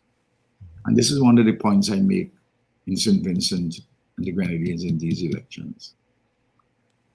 The times are such, you do not need a learner. You don't need somebody driving the national vehicle with an L plate on the back. You need an experienced driver. You don't need somebody who is lazy, who is indecisive, who is weak, who is a fake. You don't need any of those things. You need people who are clear in their head, creative, decisive, have a lot of energy, and who is authentic. And the people know this. And that's why I am so supremely confident of the verdict on the 27th. I have always trusted the judgment of our people, always. And I shall do so again on the 27th. Prime Minister, thank you so much for this opportunity for engaging with you. Of course, I do hope to visit St. Vincent and the Grenadines as at one of those spanking new resorts to also perhaps. Did you notice that Sandals has just been voted? Yes. The best all-inclusive resort in the world. That's right. Yes. St. Vincent. That's right. Do you know that was supposed to go to Tobago? I am aware of that. That I know. That whole debate. And the point is this: leadership made a lot of difference in having Sandals here. There are 900 Vincentians working there, and because of its success, we have signed an agreement for beaches. 500. That would also be coming. Yeah. There are other hotels they're developing, and of course. We in St. Vincent and the Grenadines have not yet reached a stage, and hopefully will never reach a stage where our agriculture, the people in agriculture, would lose the skills of digging Tanya banks, planting bananas for local consumption and regional, yams and dashins and fruits and vegetables. I know Grenada tends to have two crops which are easy to deal with, nutmeg and cocoa. And you can if you just focus on nutmeg and cocoa, you can lose a lot of the traditional farming skills. I'm hoping the fellow up in Grenville, who has he has an operation where he buys cattle from St. Vincent. Comes 3-4 times a year and buys 100 and something heads of cattle, because we still on our farms, small farmers. Yeah. They grow 1 or 2 heads they want to do 1 or 2 heads of cattle. He's very enterprising. He's doing very well. He treats the farmers pretty well. No, absolutely, Prime Minister. So before we get to closing comments, of course, we know Ralph, Dr. Gonsalves, the politician, and Prime Minister, you may not remember this, of course, but when I visited St. Vincent with you, that was in the early 2000s, in 2002, I remember vividly that I did not have transport to get back to where I was staying. I was staying close to Annesville.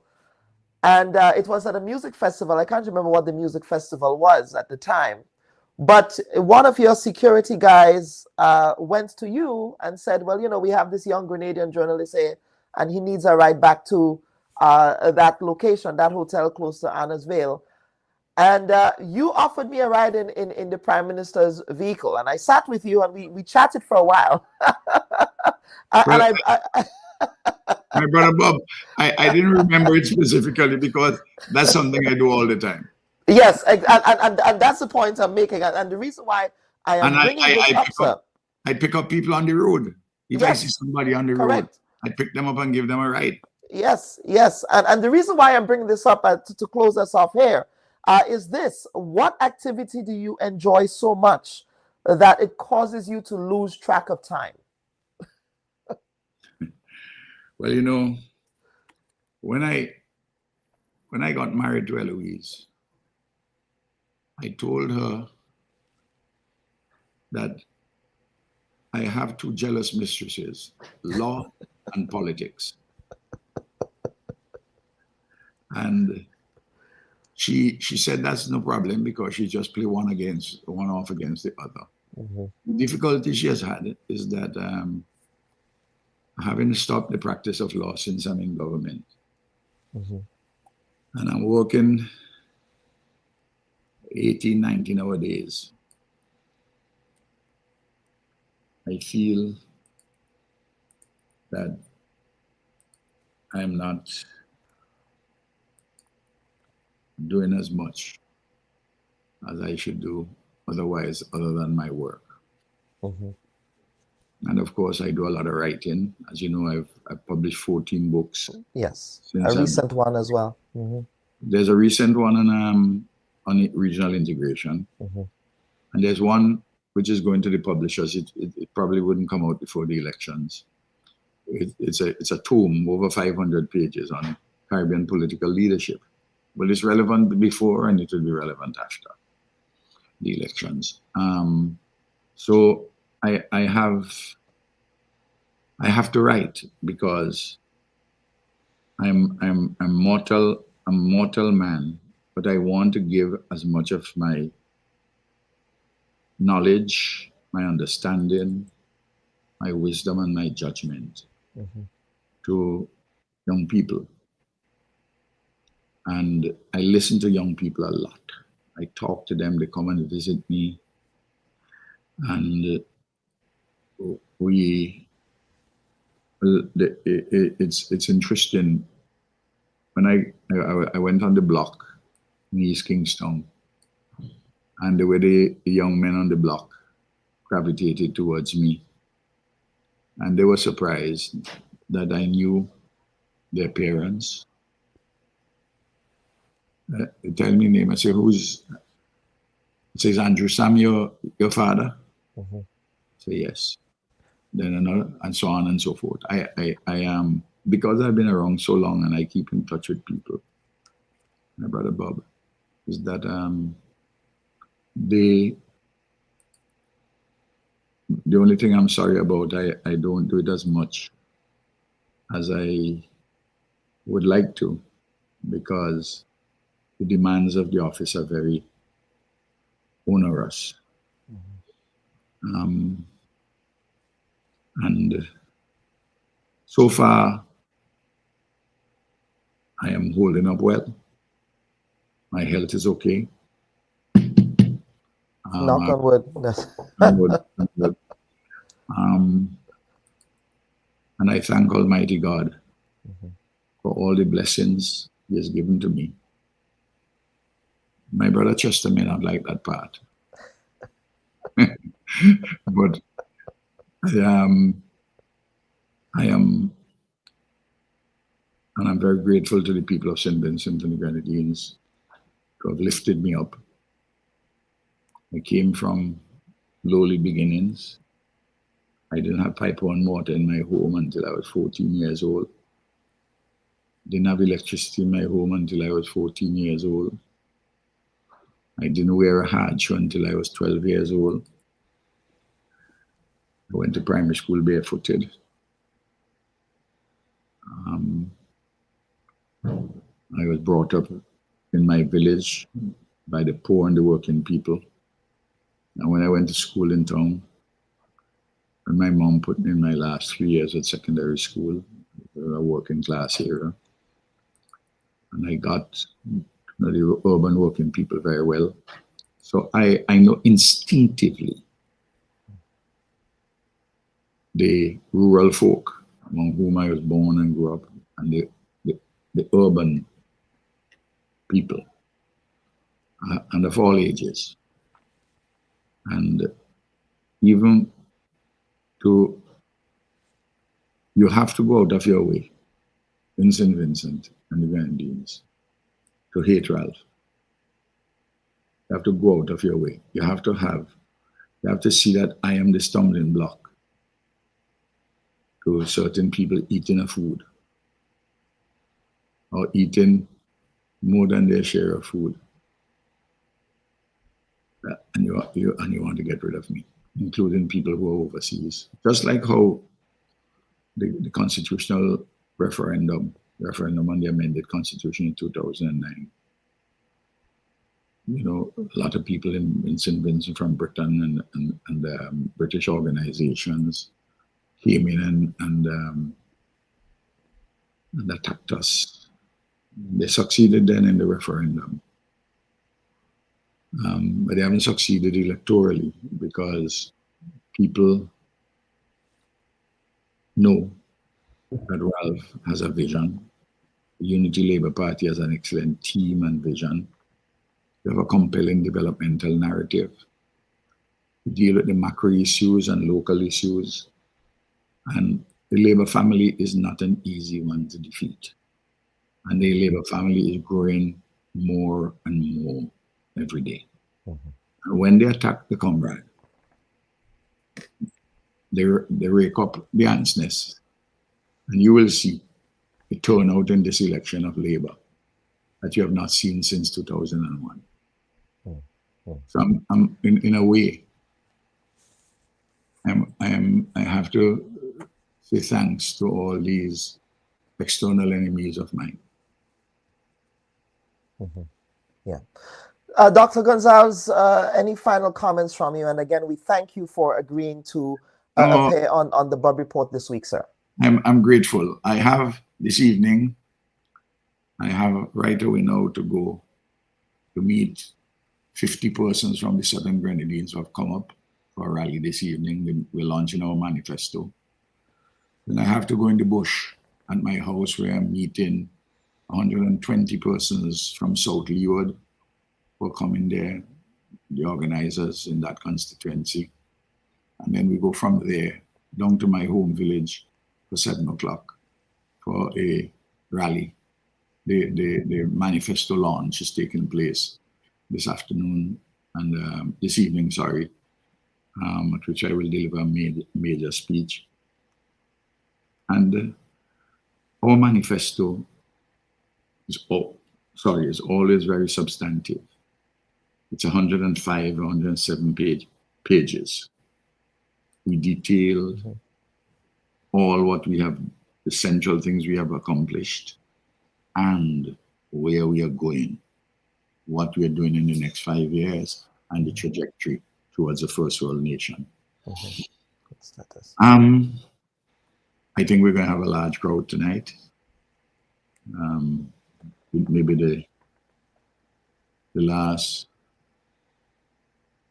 well, certainly will be the last big meeting in my home village. I come from a country, I'm a rural boy. And that's where I go back. Back to the roots, back to my roots, as Lucky Dube, the late great Lucky Dube said. And the invitation is for everyone to come home to Labour. Come home to Labour. We have been in this since internal self-government in 1969. Labour first under Milton Cato and then under me. We have been in government 70% of the time. And almost everything which is of lasting value in this country has been built by the family of Labour. And interlopers are not going to succeed.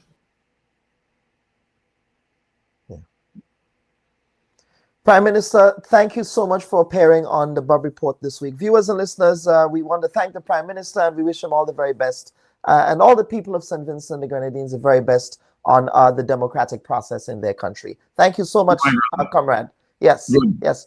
Viewers and listeners, we were joined by the Prime Minister of St. Vincent and the Grenadines in an extensive conversation on the elections, of course, and other issues affecting the region, other issues affecting geopolitics and how that intersects with our own developmental challenges in the Caribbean at the moment. Of course, Dr. Ralph Gonsalves is attempting to win a sixth term in office in this current election, and that would make him, of course, the longest serving Prime Minister in the region. Viewers and listeners, we do want to thank you for your questions and your comments. Of course, we could not get to all of them because, of course, you know, the Prime Minister had a time limit here. Honestly, we wish we could have stayed the entire day with the Prime Minister, but that was not to be. Notice how I used the grammatical terminology of could have in the current context, future tense, what could have happened, what would have happened, what should have happened. That, folks, is how it should be used. So what we want to do now, folks, is to take a quick break and come back with a very important segment on the blue economy and opportunities that Grenadians can take advantage of in that emerging sector. So please stand by. Should your loved ones pass on, they deserve to be treated with dignity. And at S.A. Johnson Funeral Home, we can provide you with that service. We can take you every step of the way during your sorrowful moments. When that need arises, call S.A. Johnson Funeral Home at 347-777-9797. That's 347-777-9797. S.A. Johnson Funeral Home is a Caribbean family-owned funeral home here in Brooklyn, providing funeral services, but in a dignified way. From cremation to burial to the repatriation of your loved ones, you don't have to go through the hassle, as we provide exceptional service that allows you to mourn and heal peacefully. For more information, visit our website, www.sajohnsonfuneral.org.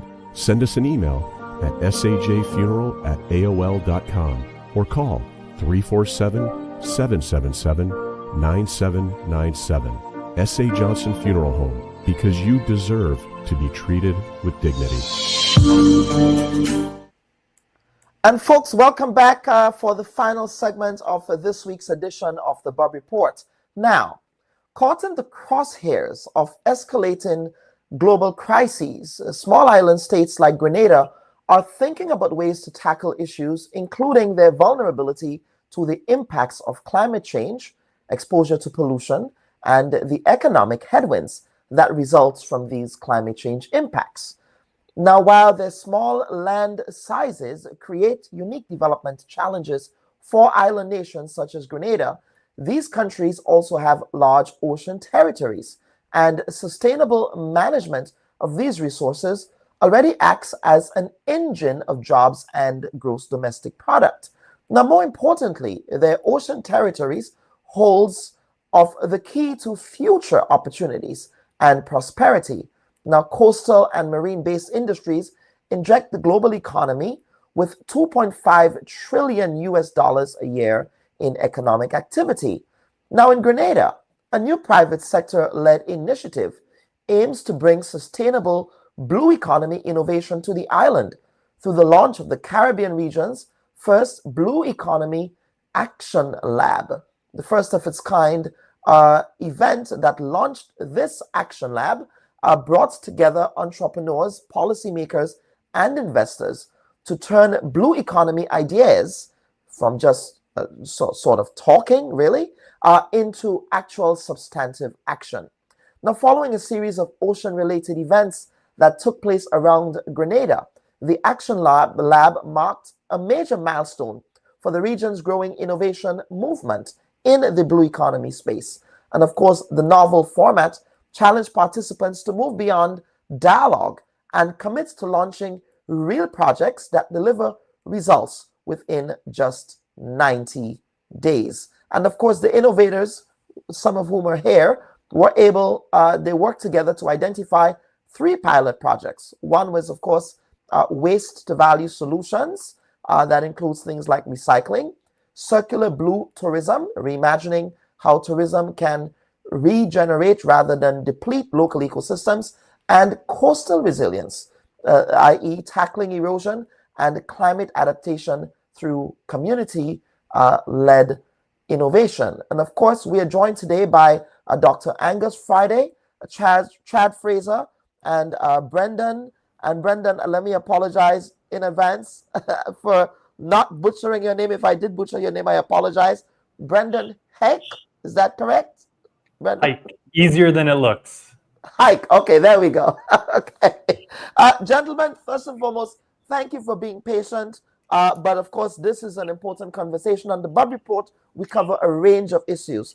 And of course, climate change is a critical issue. We just saw what occurred in Jamaica. But coming out of the crisis of climate change, of course, are these opportunities that can be presented from these crises such as climate change. And that is the blue economy. So I want to begin with you, Brendan, by talking about the rationale for setting up this Blue Economy Lab. And then I will go to Chad and Dr. Friday to talk about how you have gotten involved with this initiative. Certainly. Thank you, Kellon. Great to be here and see you again. The Blue Economy Action Lab exists because we have grown tired of events and conferences where you go in and spend many man-hours that end in a nice quote and often a photograph. We wanted to create a space where 30 serious people could walk out with 30 serious commitments. It is about connecting and finding overlap, ways to work together and advance the important projects that are already taking place and the opportunities that exist in Grenada and our region. Mr. Fraser. Yes, just unmute your mic, brother. Oh, here I am. Yes. Yes. Yes. So talk about how you've gotten involved in this initiative. So, Kellon, it's one of those initiatives that connects to what we're about at Sonova. We're an innovation company. We believe strongly in leveraging local technology, local skills, local innovator to address our problems. And many of these projects we're going to speak about today can benefit from solid technology backing. And specifically, one of the things that we've done, one of our main offering at Sonova is our Saturn platform, a data management platform. And there is a quote I like to refer to. It says here, if it's not measured, it's not managed, right? So I strongly believe that a strong data platform is essential for these projects to be credible, to be run in a manner that's transparent and that's sustainable. So that's how we involved. We're a technology partner, and we think our experience and years of experience building systems, data platforms, can really help to add to the feasibility of some of these projects. Now, Dr. Friday, you have been a blue economy champion, I think, even before the term blue economy became sort of sexy and trendy. It's something that you've been doing for many years. Of course, in 2020, you were part of, and I'm sure you probably still are, the Waite Institute sort of as a blue economy director there.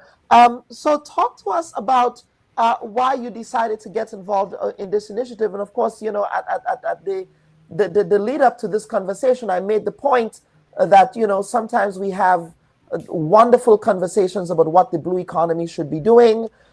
We have all of these declarations. We have these COP summits, quite frankly, which I think are just talk shops, really. And you go there every year. Well, you were supposed to make a commitment on this climate finance, but you didn't. And it's just, to me, quite frankly, very performative at this point. But what I hear here in this space, Dr. Angus, is that we are putting some real-time investment in this. And we want to see actual deliverable, tangible projects that the people of Grenada can see, well, okay, this is what a blue economy project looks like. So let's talk about your involvement there, if you can hear me. Sure. Yes. Sure. Dr. Bubb, many thanks for having us on, and just delighted to be here with you once again. Yes. And appreciate the focus on blue economy. Look, anyone who had experienced Hurricane Ivan would have come to the conclusion that we need to find ways to be able to diversify our economy. We need to find ways to have a lot more innovation. And one of the things meeting up with Island Innovators is that this is very much the thrust of Island Innovators. It's all about promoting innovations on island states, starting with Grenada. And so it was very easy to get on board with the vision of Brendan and Faye to help drive that forward. My area of expertise happens to be blue economy, green economy, and healthcare. But Island Innovators is looking beyond that, and I was delighted to be able to work with them specifically, on blue economy. But I also remain an advisor to Island Innovators on their wider platform of activities. So let us get down into brass tacks here, Brendan. In the intro, I spoke about those. Again, these are private sector NGO-led initiatives. Of course, we know also that we have a ministry of the blue economy. I do not know to what extent that ministry is involved in giving support to this initiative.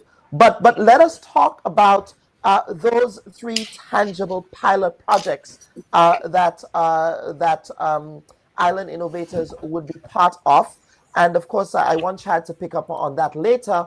But how will the average citizen of Grenada, who ostensibly function in the blue economy space, can benefit from these projects, those three initiatives that you announced? Yeah, we did have the Ministry of Blue Economy participate. Permanent Secretary Williams was there for both Saturday's Connected Cocktails as well as Monday's Action Lab. We thank him for his participation. We see that ministry and government involvement as a valuable stakeholder, and it's an important differentiation to call out. We are not waiting for anybody else before taking action and advancing these projects. When it comes to the projects that were in the room that were helping to establish the bridge from idea to project to finance to implementation, the Action Lab is that bridge. And the examples include sargassum, which you've probably heard more and more in the headlines, turning what is a problem area for Grenada and the Caribbean into an opportunity. We had Sargass, which is a Caribbean startup that has already gone through pilots with local stakeholders and local partners. They are ramping up, looking to scale, access finance, and continue to grow and provide jobs and opportunities within this region. So that was one of the projects that has a lot of momentum coming out of the Action Lab. Sargass for sargassum recycling and use in energy generation. Dr. Friday can add some details into the potential of that project. Another is around coral restoration.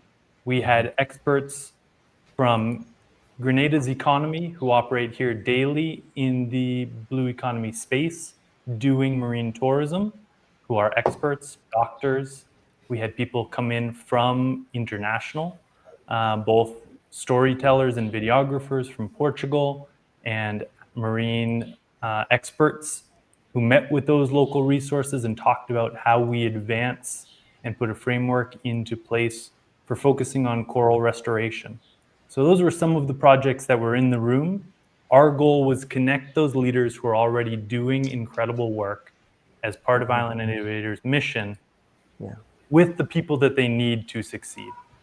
Oftentimes when you're at a conference, the most valuable part of the day is when you are on coffee break, you hope to bump into when you're not presenting.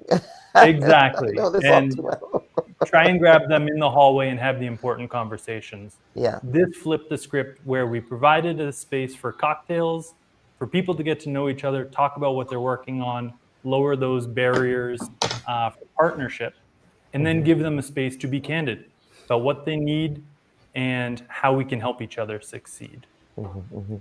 Now, Dr. Friday, you as I understand it in my background research, your company is providing support in what way to these initiatives, and the name of the company as well? Sure.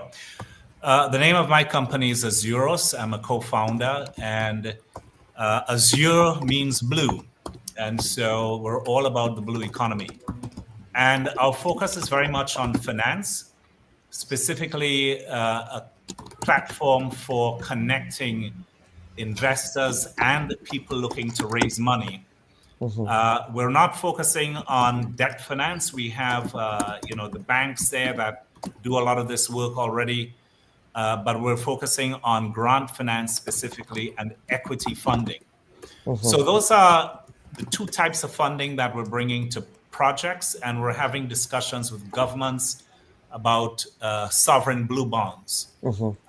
And so these are bonds that can be issued on behalf of a country if they were to take on certain pledges related to oceans. So whatever pledges they choose, it's up to the country to package it we help them with that and bring it to the attention of investors. Let us talk about that, because again, having that capital to really support these projects, I think is so critical. How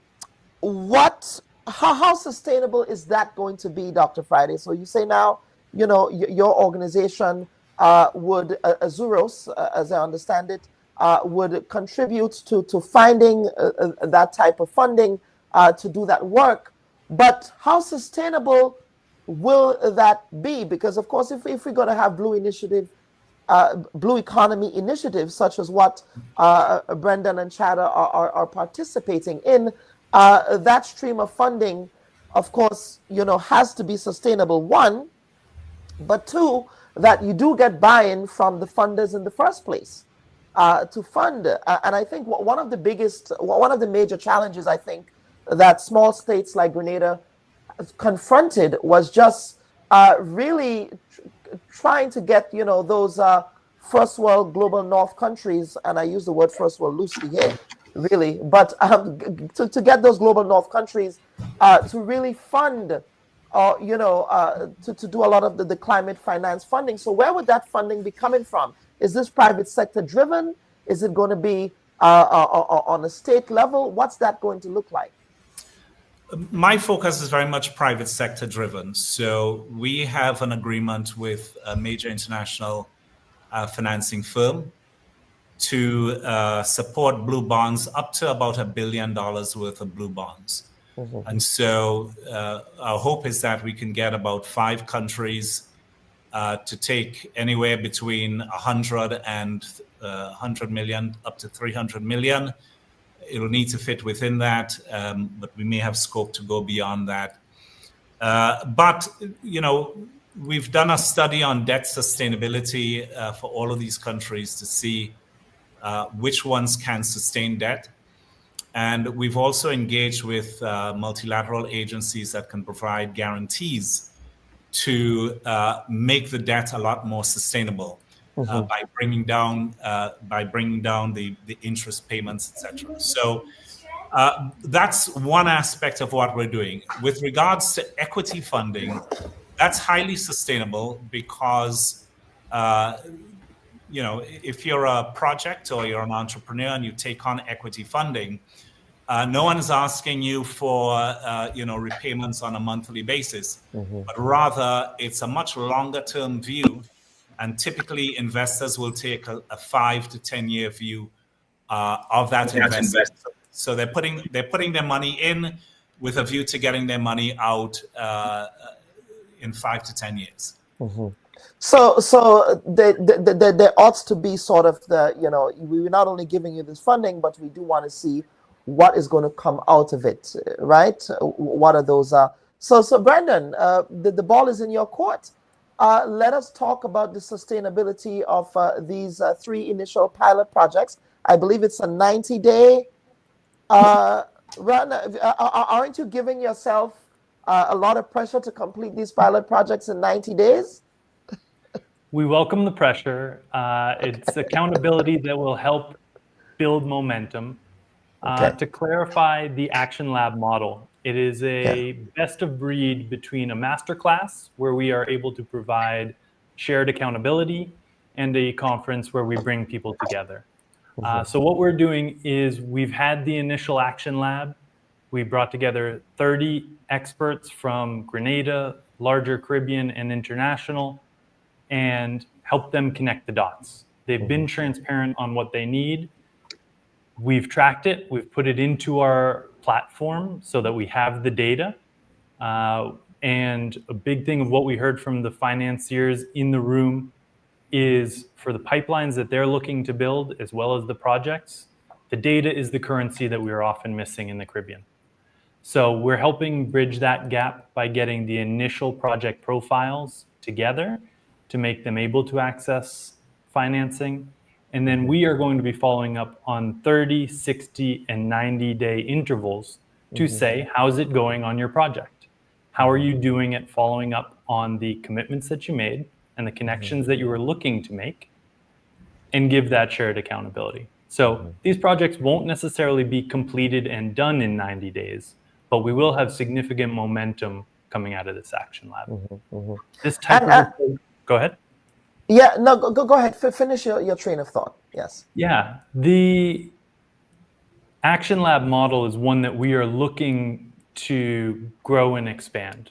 We at Island Innovators are at our core about connecting the professionals in the Caribbean who are already doing great work, helping them succeed and support them. The Blue Action Lab is the first experiment in terms of seeing how we best empower this innovation movement in the Caribbean. And we will continue to grow it, change it based on what we see as needing to change from successes and failures. And then we will continue on into other sectors. Healthcare has incredible opportunity with Project Polaris in the pipeline. What do the surrounding innovators need in order to help contribute to that project? What are the other island opportunities that we can pull into that and build the partnerships that are necessary to make Project Polaris a success, as well as connect it to something like Barbados's pharmaceutical manufacturing push? Those are the works that we are looking to do both in this initial Blue Economy thrust and empowering Caribbean innovation more generally. One of the things that we've found is the talent exists in the Caribbean, the ideas exist in the Caribbean, but largely the support systems are broken. So we are asking ourselves, how do we fix that? How do we support these people who are doing the work that many of us recognize and are sick of hearing talked about get into action? Yeah, absolutely. And I want to bring in Chad here. Is there anything else you wish to add, Chad? I know that, as an entrepreneur, you've gotten on board with this. I suspect you saw the value here, even for other Grenadian entrepreneurs to come on board with this, because of course, when people think about climate change, they sort of think about the polar bears and the hurricanes as this abstract thing, but it's actually, there are actually opportunities, economic opportunities that can result through the blue economy. Yeah, and Kellon, when you think about it, we have a unique opportunity. We are at the forefront of many of the impacts of climate change. Now, if we look at the number of hurricanes we've had over the last 20 years, I mean, many of us before that was Janet and so back in the day. So people was only Janet I knew about. So now, in my time, between the time I left secondary school to now, we experienced about 3 different hurricanes. Yeah. Right, and it means that most of our housing stock was destroyed, and we had to rebuild most of it. So there are opportunities to first experience those things more than anybody else, right? And come up with solutions that would address the challenges that were caused by these things firsthand, right? So we have a unique opportunity. And when the idea of this innovation lab came up, I thought, and we did some studies, we did some research speaking to all the different NGOs and programs, and we found that a significant gap was that of data. There are initiatives, and let's look at the fads that are deployed for the fisher folk. What's the impact of it? Who's measuring that? Where is the data stored? Now, if you're going to look at funding for further initiatives, how can we now use the success from these current and past initiatives to justify investment into future initiatives? So we see a significant data gap, and for us that spelled opportunity, and not only for us, but opportunity for new ideas if we're able to leverage all data, right? Another thing I say is, surrounding industries around, climate change and so forth. If you look at housing and so forth, there are so many opportunities for technologies, for rebuilding the housing stock, for food security. How can we feed the people after hurricane? Sensors. How can we measure during, before, and after? variables like the quality of our ocean water, pollution from the land to the sea, how is it affecting the coastal, the reefs and so forth. What really is happening in those environments. So there are significant opportunities for IoT, that's Internet of Things technology, where you deploy sensors to capture that data and to really advise us in how we create these types of solutions. This is very exciting stuff. As someone, full disclosure, my dissertation research at the PhD level involved studying climate change at the intersection of health impacts for vulnerable communities. And so during that process, I learned so much. Of course, it was a health communication under the health communication umbrella, but a lot of work is being done really making sense of the health impacts of climate change and what can be done. Brendan, you mentioned Project Polaris there. But I do want to get to you, gentlemen, for closing comments. Dr. Friday, I want to begin with you. But as we go to closing, I want us to talk about, Dr. Friday, and probably you were also in this space before. We are seeing the COP summit happening in Brazil, another one. I personally, Dr. Friday, I just have to say, if we're talking about, emissions reduction and, we're talking about reducing our carbon footprint and staving off this 1.5 degree threshold, right, to stay alive and all of that, and then, we spend all of this money to get on jets, some of which are private jets, although planes do not contribute a lot to global emissions, but they do contribute regardless, right? To go to these COP summits where we're using a lot of the resources of the planet, water, electricity, a lot of which sometimes we're probably using fossil fuels to power these events. But I just have a curiosity, Dr. Friday, with respect to the COP summits and how initiatives like this can actually benefit from what happens at the COP summit, at these COP meetings. Sure. Well, look, I fully understand, having been to a number of COPs myself, having felt the frustration I think that many negotiators feel during these COP summits. I can completely understand the concerns that you have about the effort inputs versus the outputs. But look, it's vital that people get together.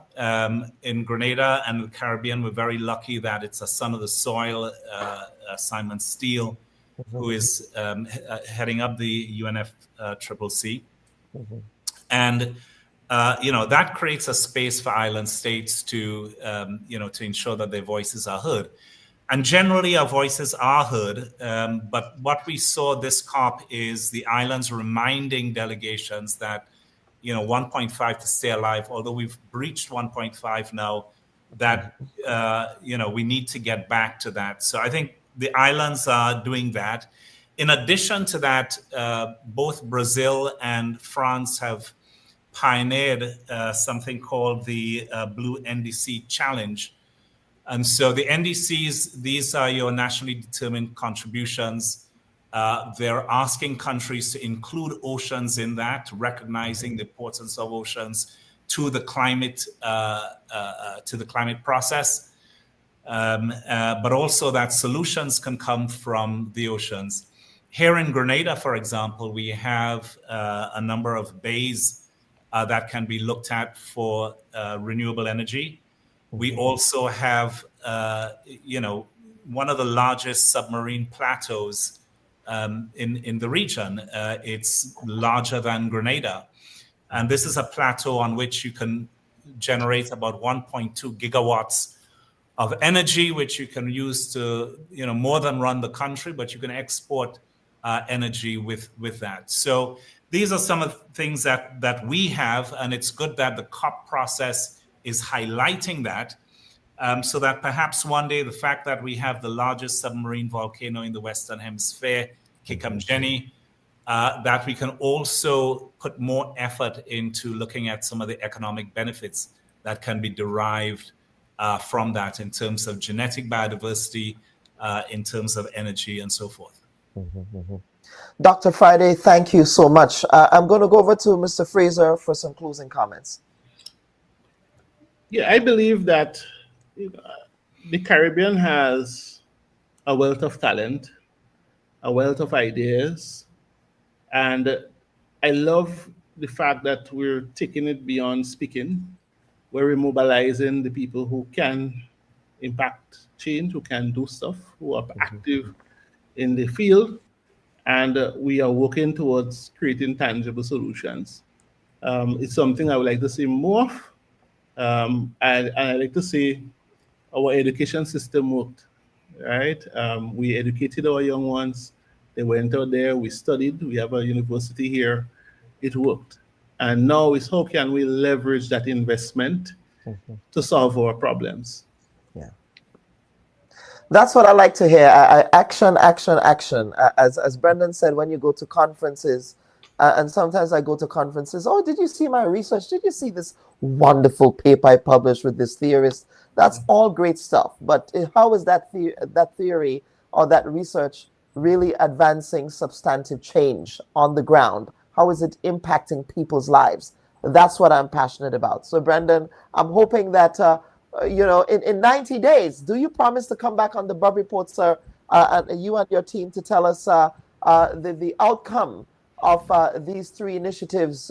Just to remind the audience, these three initiatives includes, let me pull that up here, waste to value solutions such as recycling and marine debris into energy and new materials, as we mentioned, sargassum here, circular blue tourism, reimagining how tourism can regenerate rather than deplete local ecosystems. Again, sustainability, that's a major theme here, as well as coastal resilience, of course, which is tackling erosion and climate adaptation through community-led innovation. Those are the three areas, Brendan. In 90 days, what can we see? Come back on the program, please. Yes. We will have not vanity metrics. We will have hard data on the connections and the completion rate of the commitments from the people in the room. If I may close just by thank you for having us on today and saying that often in the Caribbean, we hear that our size is a limit to our ability to scale. And one thing that's counterintuitive when you think about it, until you think about it, is if you bring 30 people into a room, there's 435 possible connections to be made amongst those participants. It's a network effect. It's counterintuitive that when you bring people together, how many possible actions and connections can be made. The Caribbean has what it needs in terms of talent and ideas. We need to do better in terms of our support systems, turning those ideas and potential into realities. And blue bonds, AI platforms, digital systems, they only matter if we improve the lives of ordinary people.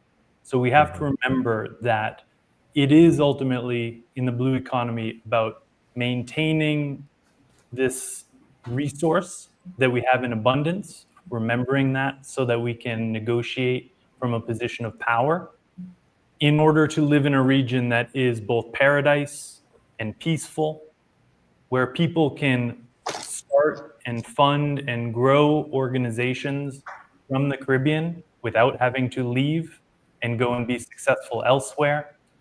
And that's possible. It's going to take a lot of work, but we believe it can be done and will be done. Yep, absolutely. Gentlemen, thank you for appearing on the Bubb Report this week. Thank you very much, Dr. Bubb. Very much appreciated. Yes, absolutely.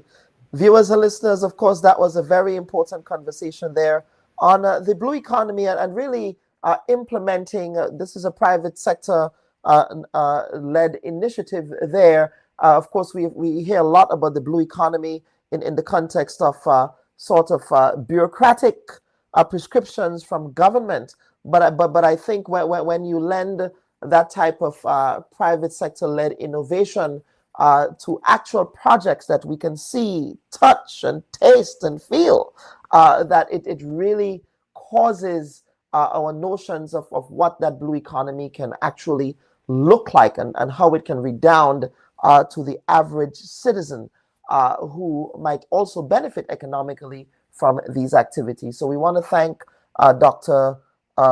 Friday, we want to thank Mr. Fraser and Mr. Hike for appearing on the program this week to speak to those issues. And of course, we want to thank our earlier guest, the Prime Minister of St. Vincent and the Grenadines, Dr. Ralph Gonsalves, and before him, Andre Lewis of the Technical and Allied Workers Union, to really bring the entire scope of programming today on the Bubb Report full circle. So viewers and listeners, of course, the Bubb Report is meant with you in mind, our audience, to ensure that every week you can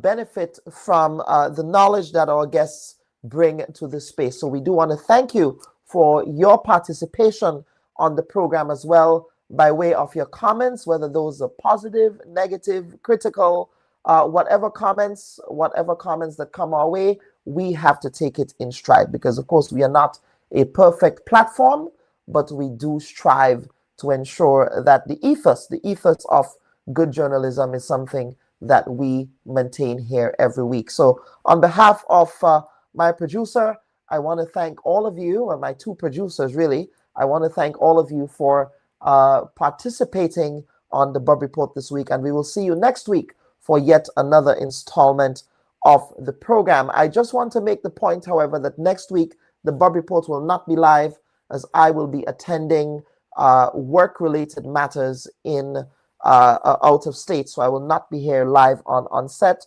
but there will be a program for you next week. Rest assured of that. So on behalf of the producers, again, I'm your humble host, Dr. Kellon Bubb. I wish everyone a pleasant week ahead. Take care. Bye-bye. Hi, everyone. Thanks for checking out the Bubb Report's social media pages.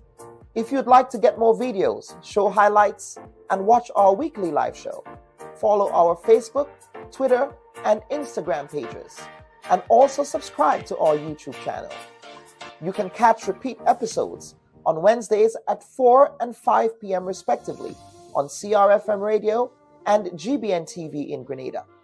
We are also viewed on Sundays at 8 p.m. on WPG10 throughout the Caribbean. Thanks for watching.